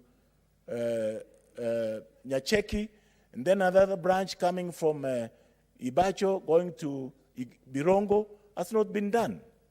And it's nowhere, anywhere, even in the current budget. And yet it was there in the budget, there was a provision made for it. And it's my expectation that such infrastructure, because this is money that has been accessed externally through public, either through public government-to-government arrangements and the borrowings, and therefore we are entitled to that kind of section of infrastructure. We have not seen it. The Sosera corner, Nyantrago Road has not been done. It's just stuck. The one from Ekona, Ramasha to Masimba, connecting Gesusu Road, has not been done. The road network in Yaribari Church is not completed. The road network in Bumachoge Church has not been completed. And the road network in Bumachoge Boraba has not been completed. Leave alone the road network in Bonchari, which is already to a certain extent been done, but more so the Kitutu and South Kitutu has not been done, and within the city center. So for this money, which has been borrowed externally as part of the public debt, we ought to have to share the infrastructure results or benefits or dividends that accrue to that one. I hope that when this bill it finally becomes an act of parliament, because it touches both on the national government and the county governments, there are those projects which are mega that will have to be done with by the national governments. There are those which will be done by the county governments. But one area which I'm interested in, Mr. Speaker, and I hope that when this becomes an act of parliament, that the government, both the national and the county governments will partner together, is creating new industrial parks in county governments to be able to generate the micro and small scale micro enterprises in manufacturing sector with the potential of creating enough employment opportunities for our people to be able to access employment, also access and add value addition for the products that are being produced locally. There are so many items, like for instance in my county, the avocado. We have a factory which has been added by the current governor, which is a great thing, but we need to increase that capacity to be able to do value addition for avocado so that our farmers can get respectable prices. We have done the cold storage at Kiamukama, but I believe that with time going forward, that we need to increase such cold storages throughout the county to provide for access of farmers to that cold storage where they can store their products and therefore access the market at a fair price. At the moment, when you get an avocado being sold for a penny, or 1 shilling, 2 shillings, and somebody brings it here, all they do is grading that avocado, and then they get about $2. Where is the farmer left? He's a miserable person. He can't meet his expectations, can't meet his health bill, he cannot meet his school fees bill, he cannot meet his food bill, and therefore the farmer becomes a miserable person. And therefore it's my contention that one of the purposes of this bill is to be able to rationalize, equalize, and have a sense of equity being given to all counties to access, to be able to improve the farming lot, because after all, agriculture is a fully developed sector. Agriculture is the main backbone of our society, of our county. It's one of the big earners of foreign exchange earning. We need to get the value for our tea, the value for our coffee, the value for our pyrethrum, and therefore this infrastructure and value addition to the agricultural products is so critical, so important, instead of just throwaway prices. Our milk prices are not attractive yet, and yet farmers are being encouraged to keep dairy animals. And when they sell the milk to the milk farms, we do not get the equivalent of the value or the investment that the farmers made to those items. And therefore, I hope that this is one of the areas where the county government will make a deliberate effort to be able to address some of these outstanding issues that affect the infrastructure development in our counties, so that we can have our farmers, we can have our residents in counties to be able to develop and grow. We have the urban centers that need to grow. The issue of garbage collection and disposal of garbage and the way of turning garbage into some products that can be generated from garbage processing is so critical. Nairobi, for instance, the garbage mound that you see in the various areas is enough to create enough energy for this town if we can be able to be harnessed. The one in the Eastlands. And we've just left it to go there, and we see litter of garbage all over the place, and we need to harness that garbage for useful energy production, clean energy production, so that we do not have to spend money on some of these the gases. With those few remarks, Mr. Speaker, I beg to support this bill, and I accept that it's a very elaborate bill, 88 sections, which touch literally every corner of the problems that we have noted. Thank you, Mr. Speaker. Asante sana Profesa Sam Ongeri kwa mchango wako. Sasa nataka kumuita Senator Olekina naye aweze kuchangia. Mr. Speaker, I thank you. I'd like to make a few contributions to this very timely bill on public-private partnership. From the onset, Mr. Speaker, I have to state it here for the public to know that a public-private partnership project traditionally cost more than a regular public procurement entity. This is mostly used to build highways, do projects. And I think this is well advised by the Vision 2030, which set up a blueprint that put the country of Kenya into a situation where it is expected to grow into a middle-income developed country or industrial country.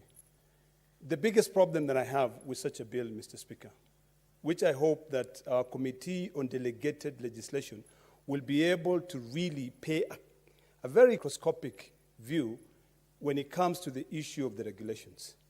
Mr. Speaker, public-private partnership may sound very good to everyone, but the biggest problem we have is that it's debt. It is another form of debt. We have got so many people who traverse this country when they say, and I'm sure my colleague, Senator Moses Kajwang, had alluded to it, people who come and say, I have big investors from abroad who can be able to come and partner with county governments and then build billion-dollar industries. This is really not the case. And I hope that now that the Treasury, or rather the sponsors of this bill, which came from the National Assembly, seek to do away with the bureaucrats or the bureaucracy which was there with the public procurement, with the PPP Act of 2013, by removing all those steps of getting approval to reducing them into 3, I hope that once they seek to do is not to create more debt for this nation. Mr. Speaker, when you look at the advantages of the PPPs, one would say that once carried it effectively and through a microscopic financial lens, then it will be very beneficial for the country. These are projects which ordinarily will take a very long period of time. In fact, the minimum is about 30 years. Like the project which is being built now from the airport all the way to Waiyaki Way. That is a project which will only benefit this country in terms of the users, but in terms of any revenue going into the Kenya Revenue Authority, that money will not be there. Mr. Speaker, what I would hope that once we consider passing this bill, with a few amendments, because I've had a close look at what is being proposed.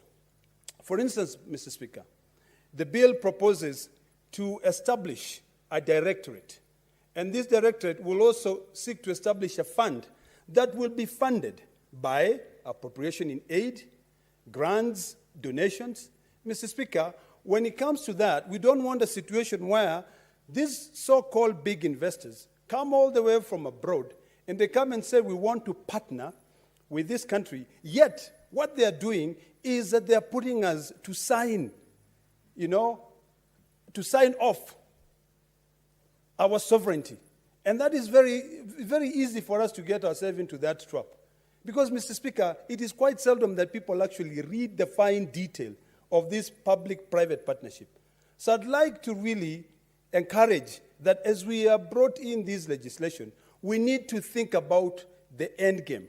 It is very good from the onset. I would love that. I would love for each and every county, particularly, let's say, for instance, the county of Narok, to be able to sign a public partnership with a company that will collect all the garbage in the town, take it, use it to generate manure, use it to generate energy, and also sell that power into the town of Narok to reduce this constant fire fluctuation. One phase is gone, which causes a lot of destruction to the small industries. But if we do that, we've got to really think about the sustainability. Will this be another burden to the public? Because, Mr. Speaker, there are people who come in and say, we have a particular good project, we have financiers to be able to come in, so long as we get a guarantee from the Ministry of Treasury. Now, what this bill is seeking, it is seeking now to also involve the county governments. Because the Public Partnership Act of 2013 did not envision the county government seeking these partnerships. But now, every county wants to develop, and I'd be very skeptical. I'd be very careful in allowing county government to sign these contracts without direct supervision, without a fine microscopic lens on the terms, on conditions of this public partnership. Because some people might actually be doing it to enrich themselves, to better themselves. They might be signing off. They'll set up companies in Mauritius. They'll set up companies in Singapore, everywhere. But when it comes to the longevity of this project, you'll find that it may end up having to cost the public. I like one aspect of the bill, that any project which is said to be developed through a PPP, the implementing partner must set up a company. That company must have the support. It must have, let's say, for instance, Narok County as a minority shareholder. But what happens with these majority shareholders if they choose to change the ownership of their company and they get approval without really setting up the terms and conditions as to why they are changing? Could this end up being a scheme of get rich fast, where certain companies come in, they sign agreement with county governments. Once they sign agreement with county government, they get funding from the World Bank, because they have to look for funding somewhere, or they get money from other venture capitalists. But then, within a short time, when even the project is not completed, because there is a guarantee by the exchequer of this republic or by the treasury of each and every county government, they take off. They have made their money. They have not completed the project. So, Mr. Speaker, as we support this project, because I think they're good for the country, it will enable us, let's say, for instance, to have projects like roads, infrastructure development. It will enable us maybe to bring in competition in the power sector, where right now the monopoly is with Kenya Power. But we have to be very careful that any project we are doing, there is a capacity to understand the veracity of the project, the viability of the project, and that it will not end up being a big risk to the public. Because it is debt. Whichever way you look at it, it is debt. Any private-public partnership that comes in, there are three sources of financing. One is debt, the other one is equity, and the other ones are grants. Are these grants supposed to be repaid, or are these grants which are just given to be able to support that project? So, Mr. Speaker, as I support this, I'd want us to be very, very careful so that we don't end up overburdening our county governments. The national government is already overburdened, Mr. Speaker.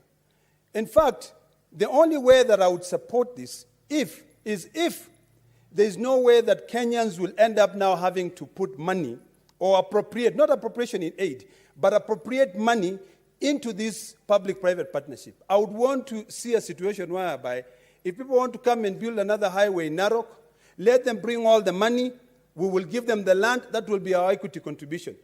And this issue of becoming a minority shareholder should have actually be either a 50-50, because when you say that the locals, or rather the local governments or the partners should become minority shareholders if they're not putting in the money, you have to look at the long-term effect of this project, of this public-private partnership.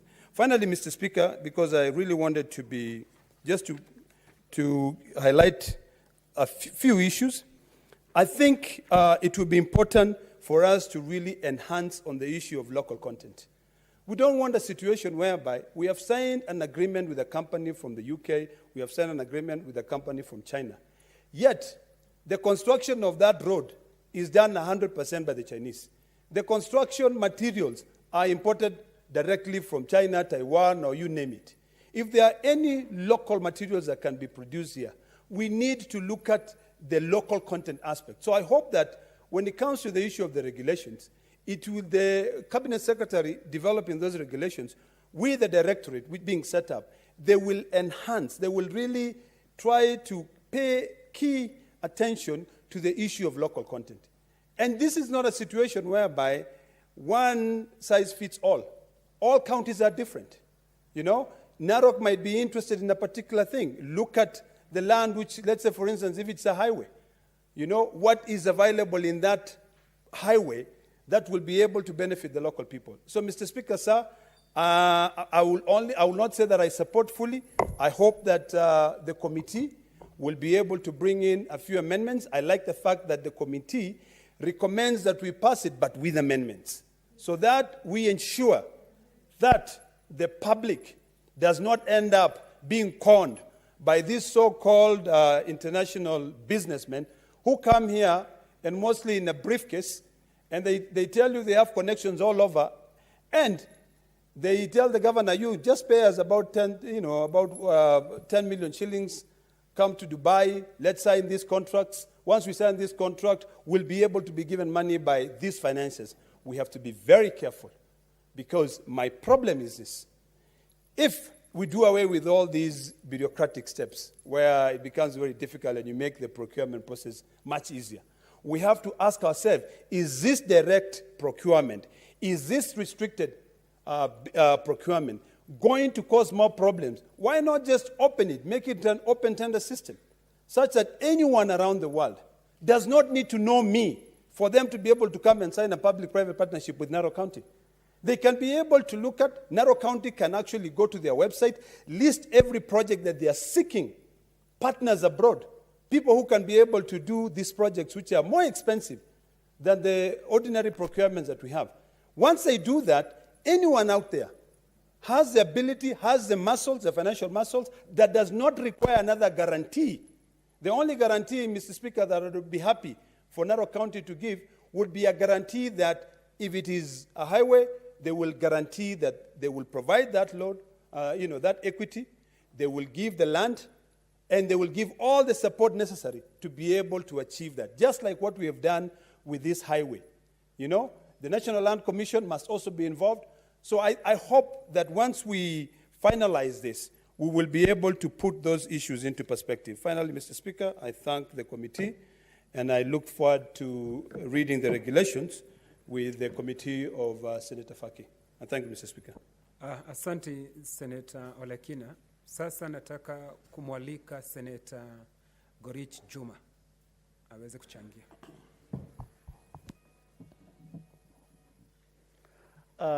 Asante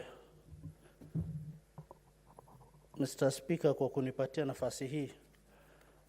Mr. Speaker, kwanza kabisa kabla sijaenda kwa mswada huu, ningependa kuchukua nafasi hii kukupongeza kuwa katika baraza la maspika ya nyumba hii, na pia ningependa kukupongeza ya kwamba wewe umeendesha nyumba hii kwa lugha ya kitaifa, lugha ya Kiswahili, ambayo si rahisi kuendesha katika lugha ya Kiswahili. Imekuwa wakati mwingi, imekuwa desturi ya bunge zote za Kenya kuendesha kwa lugha rasmi ya Kiingereza. Nikienda moja kwa moja kwa mswada ambayo uko mbele yetu, kubinafsisha shirika la umma, kupata mswada huo hakika imekuja wakati mzuri kabisa, sababu kazi nyingi zimedorora kwa sababu zina haja kubwa ya kupatikana nguvu kazi ambayo ni nje ya wale ambao wanaofanya kazi hiyo. Sasa tukiweza kuweka sheria ya mwafaka ambayo itabinafsisha, kwa mfano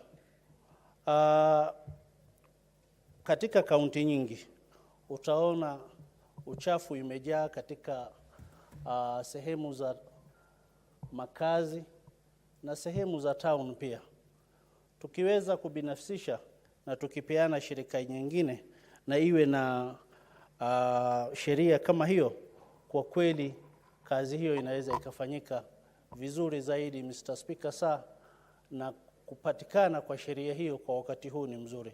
Mr. Speaker, ukitembelea hospitali katika sehemu nyingi ya makaunti utakuta hospitali hizo ni chafu.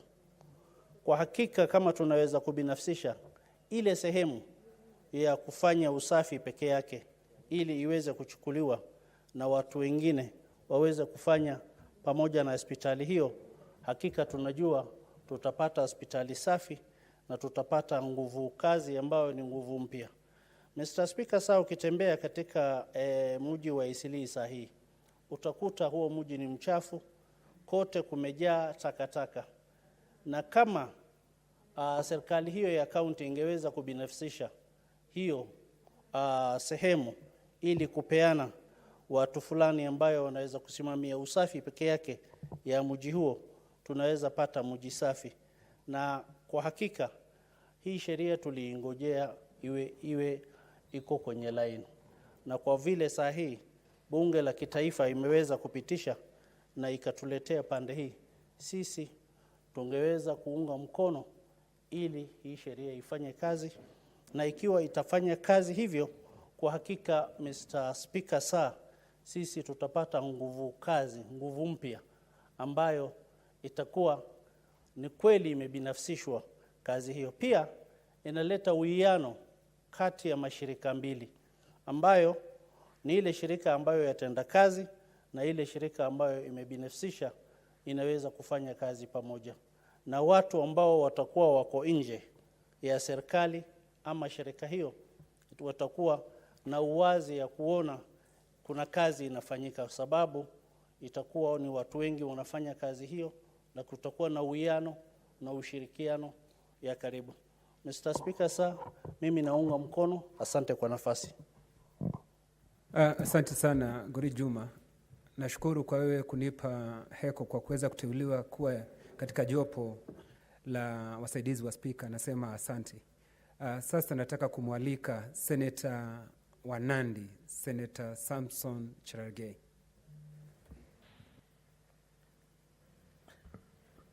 Asante sana. Thank you, Mr. Speaker, sir, for this opportunity.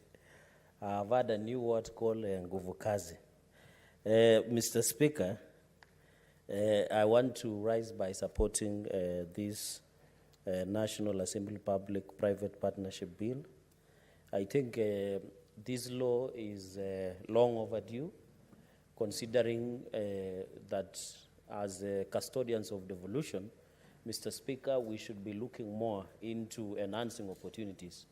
We are aware, Mr. Speaker, as we talk today, the public debt continues to grow. It's approaching more than 7 trillion. And what does it that the National Treasury might indicate of rising to around 12 trillion Kenyan shillings?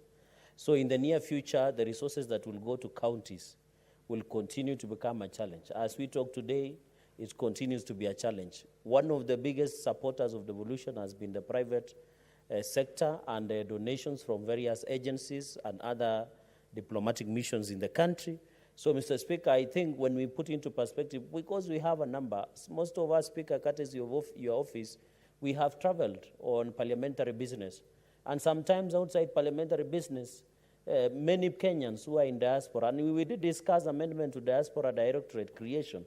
Most of them request on how can they partner. Sometimes you travel abroad and some Kenyans would want to maybe send back medical equipment to the country. They want to partner with the local administration. We have sworn twinning of cities. I've seen Mombasa Governor Ali Hassan Joho is twinning with some city. I have seen a governor of Uasin Gishu, Jackson Mandago, twinning with other cities. And when it comes to those, Mr. Speaker, most of them concerns about public-private partnership, especially in manage of wastage, especially how to manage. Even this Nairobi City County, many counties going in the future will do a lot of twinning with various cities, and with those twinning comes with the issue of public-private partnership. So this is the right way to go in the first set of devolution. And second, most governors have tried to do public-private partnership, but there was no specific law that would govern this engagement between the private sector and the public. And as I indicated, Mr. Speaker, we have seen even the intended expansion of uplands all the way to Mau Summit Road, that the French government wants to partner with Kenya. Some of them are under PPPs, Mr. Speaker. So we really want the law that would really guide it, especially to county governments. I think for some of us who in future, God willing, will be running county governments, this is the law that will guide the engagement in trying and expanding opportunities, creating a lot of opportunities for many young people, Mr. Speaker. Mr. Speaker, in a snapshot and in an upshot, I want to say that when you look, my only issue, and I've had these committee amendments, is on the issue of offenses and penalties, Mr. Speaker. I agree that we should not allow, Mr. Speaker, my brother who earlier spoke before me indicated that there could be briefcase companies or individuals who would want to come into the country, sign funny contracts. They are bankrupt in their nations. They don't have necessary amount, Mr. Speaker. They don't have security that is needed, securitization of their documentation, Mr. Speaker. So, Mr. Speaker, looking at it, it is very important that these issues of offense and penalties, I agree the way it has been drafted, but I would wish that it is be enhanced. This that a person is to fine of not exceeding 2 million shillings. Mr. Speaker, this should go even up to around 10 million shillings, and imprisonment maybe go to around 7 years or even more than. And then, Mr. Speaker, a state officer shall not directly participate in any tender under this document. I think this is to avoid conflict of interest and to avoid Public Procurement and Disposal Act. I think just this is an import that has already been given under the Public Procurement and Disposal Act, Mr. Speaker. Mr. Speaker, and finally on the directorate, shall not more than 3 months after this. Of course, Mr. Speaker, we already have directorate of PPP, but we would like also the Auditor General, which has been indicated, or any other form of ensuring that we do. I have seen this as an audited report that is presented before the order did not prepare and submit to the committee report on the state of public-private partnership in Kenya. I hope Parliament of the Republic of Kenya will have a role in this, because we would really want to know the state of public-private partnerships. We really want, so that, Mr. Speaker, if you're not careful, somebody can be a president doing a public-private partnership with other countries, but maybe it's the person himself as a natural person that is doing that transaction, yet he's committing the country. And I want to agree with my brothers who spoke that even governors who are coming at tail end, we should also not only on governors 6 months before the exit of, even the presidents, even maybe 3 months or 6 months before a president exits the second term, Mr. Speaker, they should not still have those powers to continue committing us, because they can commit us to something that benefit. And there is a country called Jamaica, Mr. Speaker. They allegedly, they have committed their country to trillions and billions of US dollars for 70 years.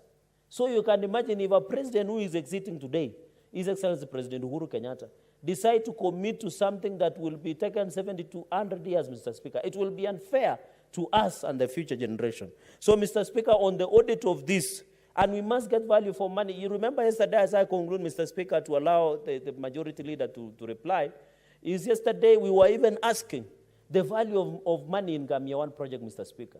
And you have seen even we have invested a lot for the last 9 months under PPP, because there are people who have even generated 2 billion of shillings to the Gamia 1 project in oil exploration in Turkana, Mr. Speaker. And even the wind power that Kenyans were defrauded over 80 billion Kenyan shillings. Mr. Speaker, it was done under PPP agreement. When we asked the CS, who was just seated across me, they could not have tentative answer. Even we must also protect the private sector and provide the government. Because the private sector, through the PPP agreement in Gamia 1 oil exploration for 9 years, those explorations have not been done. So the PPPs that we are talking about, Mr. Speaker, is that we must be able to report to that, Mr. Speaker. In this, Mr. Speaker, the majority leader is insisting that I finish. The number and types of values of public-private partnership tenders that have been cancelled, I think we need to be careful on this one, Mr. Speaker. Because sometimes, that is why I said we need to due diligence. This is my last point. If a company is domiciled, for example, in Italy or in US, we need to do due diligence so that they don't bring a bankrupt government, then you cancel, then they take you to court and you pay for that money, Mr. Speaker.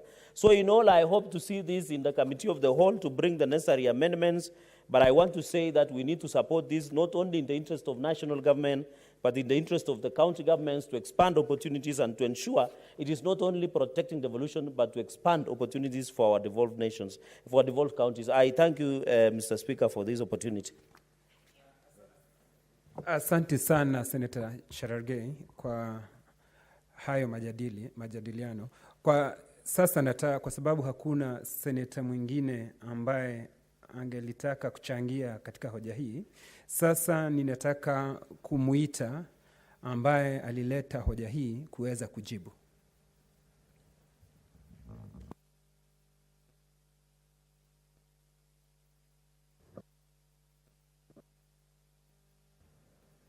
Thank you, Mr. Speaker, for giving me this opportunity to reply to this bill. Mr. Speaker, I beg to reply.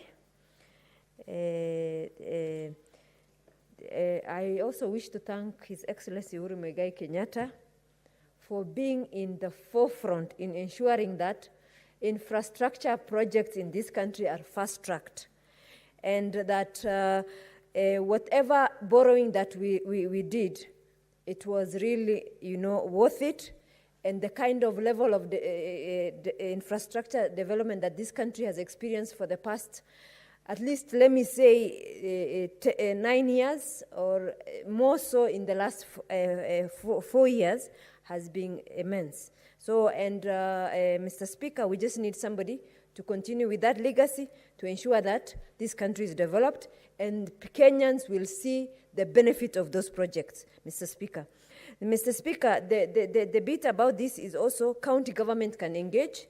Mr. Speaker, I want to assure senators that who have shown that there is a concern about in terms of feasibility, that directorate, Mr. Speaker, it will have people who are skillful, and whether the project is undertaken by the national government or the county government, that team will scrutinize to do the financial feasibility, technical feasibility, and other, requirement to ensure that that project is delivered.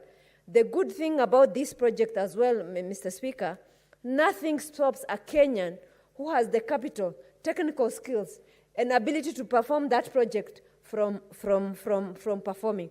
And then the other thing that is good about these PPPs is most of them will be self-paying. Whatever revenue that is generated from that project is the one that will be paid by to the person. The other thing is, if, for example, for example, if even the running of the secretariat is based on some performance levied of 1%, so it will be self-sufficient. And then the other thing is, if it is found, it's even within the law, that the project is paying itself quicker than it was envisaged. If, let's say, it was supposed to pay itself within 30 years, and it pays faster than that, in the contract, there will be a provision whereby now the Kenyans will stop paying for that project. So I think a lot of the worries, if you read the bill very careful, and you read together with the amendments, I think Finance Committee in the Senate did a lot of amendments in this bill, and you can look at them in the last pages. Together with those amendments, I think this is a great bill, and it should be supported. And Mr. Speaker, this bill will ensure that we develop without incurring, it will be also a relief in terms of the debt burden, because most of the projects are expected to pay self-revenue generating. And this project will be generating new revenue that will pay for this project. Mr. Speaker, I beg to reply. And Honorable Speaker, pursuant to Standing Order 61.3, I request that the putting of the question be deferred to tomorrow. And I also wish to thank all the senators who have contributed to this bill. Thank you, thank you, sir. Thank you, Mr. Speaker. Asante. Swali tutaliuliza kesho. Tunaweza tukaenda katika hoja hiyo nyingine. Order number 13, the Health Amendment Bill, Senate Bills number 26 of 2020, second reading. Senator Abdullahi Ali.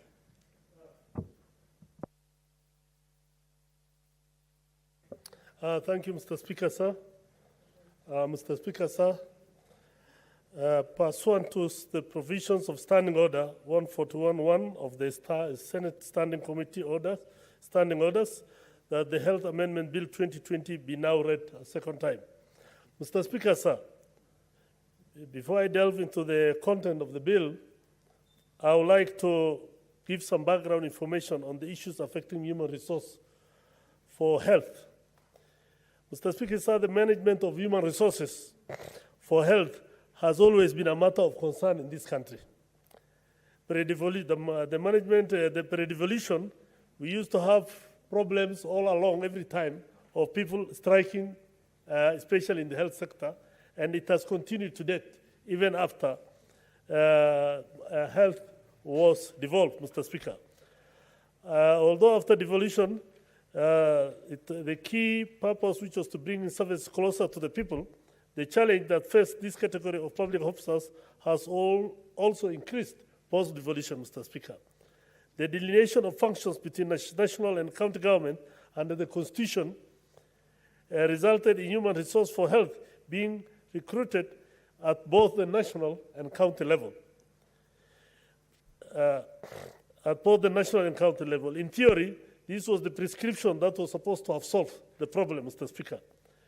But since it promised to make it easier for the country to absorb necessary capacity for human resources for health at both levels. However, and sadly so, due to the fact that the health function was not costed before being transferred to counties, so counties still continue to attract, employ, and train and retain the members of the health workers they need. Mr. Speaker, sir, according to the Ministry of Health 2015 devolved HR policy guidelines on human resources, Kenya is one of the countries identified by WHO as having a critical shortage of healthcare workers. This shortage is markedly worse in the rural areas where understaffing levels of between 50 and 8% were documented at the former provisional and rural health facilities, Mr. Speaker. Mr. Speaker, sir, those of us from rural Kenya really suffer the effects of this shortage. For instance, in Wajir, according to the Kenya Health Workforce Report of 2017, my home county of Wajir, at the time of the preparations of that report, had a ratio of 9 doctors, had a number of 9 doctors, 41 clinical officers, and 16 nurses per 10,000. The combined ratio of doctors, clinical officers, and nurses was 1 per 10,000 per population, Mr. Speaker.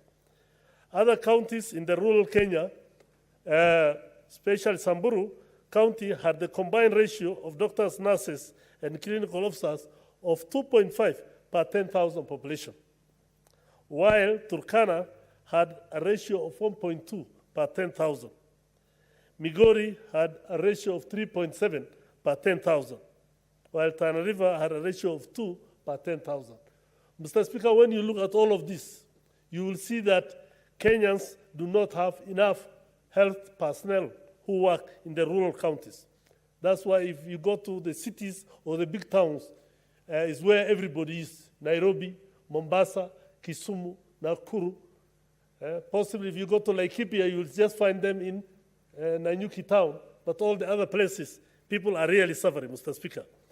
Mr. Speaker, sir, during my service in the Health Committee, I have confirmed that some counties use up to 50% of their revenue to finance recurrent expenditure in respect to human resource for health.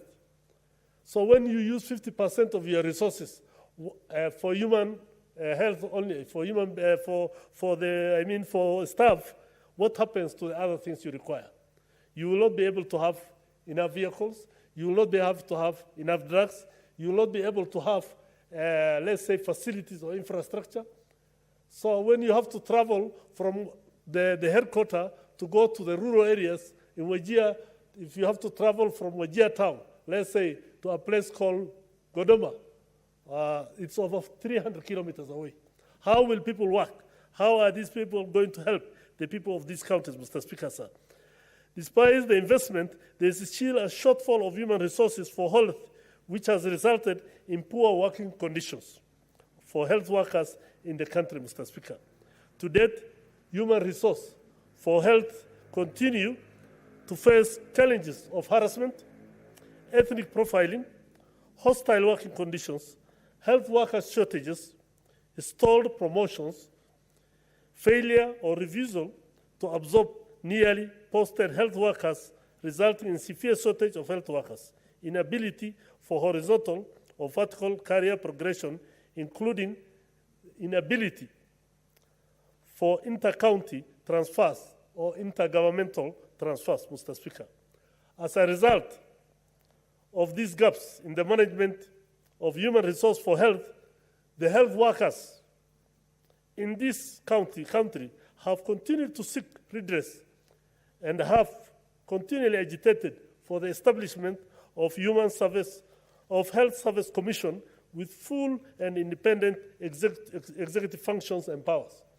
Mr. Speaker, you know this one, that the members, you have been in the committee before.